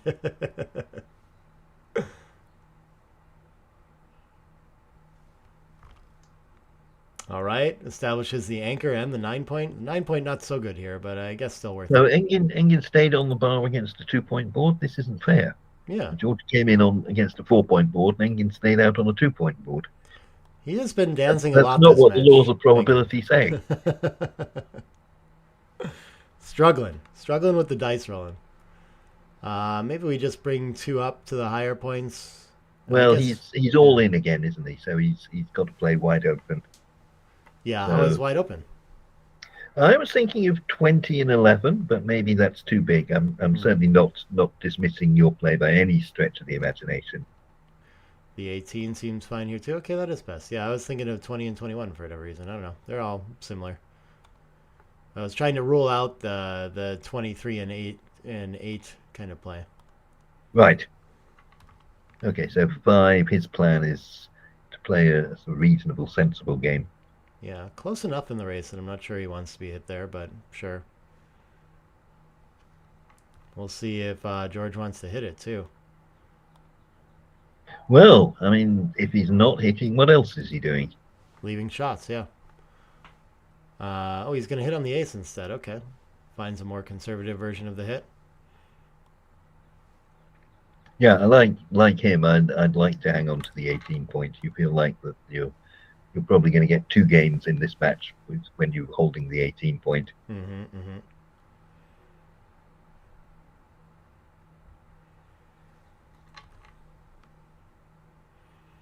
(4-2). Is that fortuitous? Yeah, I guess we're just going to play behind, he says. Okay. Yeah, reasonable. Couldn't find a way to excuse the hit once again. 5-4 going to slot a nice point. Okay. Okay, so what's the race like? That's still very, very close. Oh, 6s. That improves the race, but not in the way he was thinking of. Contact looking very scary, and still quite a few gammons in this position for white now. Yeah, so black's still got 4 checkers in the outfield. So when one gets closed out, it's not going to be good. So what do we do here? We could make the 2 point. Yeah, that seems like an Engin kind of play too. But I'd be having to talk myself out of playing 20-17, you know? Yeah, so he seems to have found the worst of both worlds, has he? I'm not sure which was better there. Yeah, 3-2 with it. Maybe making the 2 is better. I think his play was fine relatively, though. He makes a better point than the 2. So. Okay, so George is trying to come home, so he's left a shot. Yep. 4s, 9s, 11s, but a blotting board. So there's reason behind the idea. I would have been hit on that 5-2. 11 was on my list. There we go. And yeah, when he gets away with this and closes out, there's still 3 checkers outside and a ton of gammons at risk here. A6 fans. Yeah, no swing on the play. Right. So 1, 7, 11. It's just like playing craps, this. And 13-11 for the closeout. We're all in, right? Yes. So we win the match with the closeout. Let's go and do that. Right. And what happens when we get gammoned? How much does that cost us? Same. Oh, he plays a little bit tighter, though. Okay. You're much happier on the 5s that enter that don't hit back, too, right? Well poised to attack. 4-1. Yeah, so this has come up time and time again, this idea of how much you rightly like the checker on the 11 point. You know, so it's when he enters, he's got 5-5 and 5-6, but 5-1, 5-2, 5-3, 5-4, kind of like you pound on him anyway next time. Right. 5-2, yeah. Okay. So, yeah. How big do you play it? XG's preference last time. He's playing to win the game rather than going all out with the high gammon price. This time, now that we're ahead in the race, I kind of like this. I think it's the right time to get off the 18 point. The 4 duplication is really strong. So 5-1, we can make the 8. Interesting. That doesn't seem like the idea here, though. I'd rather get to the 11. Yeah, I was actually going to the 10 on the basis that the double 5 is a great number for him anyway. Yeah, okay. I was wrestling with between that or like the better distribution being back on the 11. Both seemed reasonable. So, what do we got? 1, 4, 5? Yep, 6-4. Can't close out yet. Is he playing 2 down? Sure. Just 5-2 and 5 builder. Right, so George has to make a run for it. Otherwise, he can be in trouble. Well, if George just never rolls a 5, I guess you don't have to make it either. So this can work fine for Engin. Oh, he closes it out after all. Okay, so this one is definitely an aggressive bear-off. Yeah. So black's got 21 pips. So I'm thinking it's about 50-50, this gammon. Yeah. Yeah, 8 and 12. So what's he playing? I would have it closer to 40, I guess. But so less than 50 gammons. So he's played that really badly. Why do you put both your spares on the same point? He's kind of playing just too safely to avoid being hit. I don't think there is any other option really there. This is you pay the price. So he's basically ruined his position and got no checkers off. And However, sixes fixes it. This is a good plan. Stay with that one, I say. Yeah. No, I don't think there was another option with the 4-2. You would have had to play deep to the 3 or something like that, which maybe is better, but I don't know. Yeah, it was the play that put both spares on the 5 point before that was what yeah, that's what I'm talking about. Yeah. On that one, I don't think there were a lot of other options. Okay, well, I can't believe that play. That I mean, can't you leave 2 outside or leave 1 on the 6 or something? So anyway, back to the action. What are we doing here? So we're saving the gammon. So yeah, that's not too bad. I mean, it's tempting to diversify off the midpoint, but you don't want to go too deep. So Engin's back in overdrive. So looks like he's got 6 left. Should be a big favorite. So it looks like he's going to stroll it. Yeah. So 2 crossovers. We want to go 11-9 maybe. George definitely needs a set to 10 save and 9, 11 and 8. All the That looks nice. That seems to give sort of double 4s and double 5s filling gaps. Mm-hmm.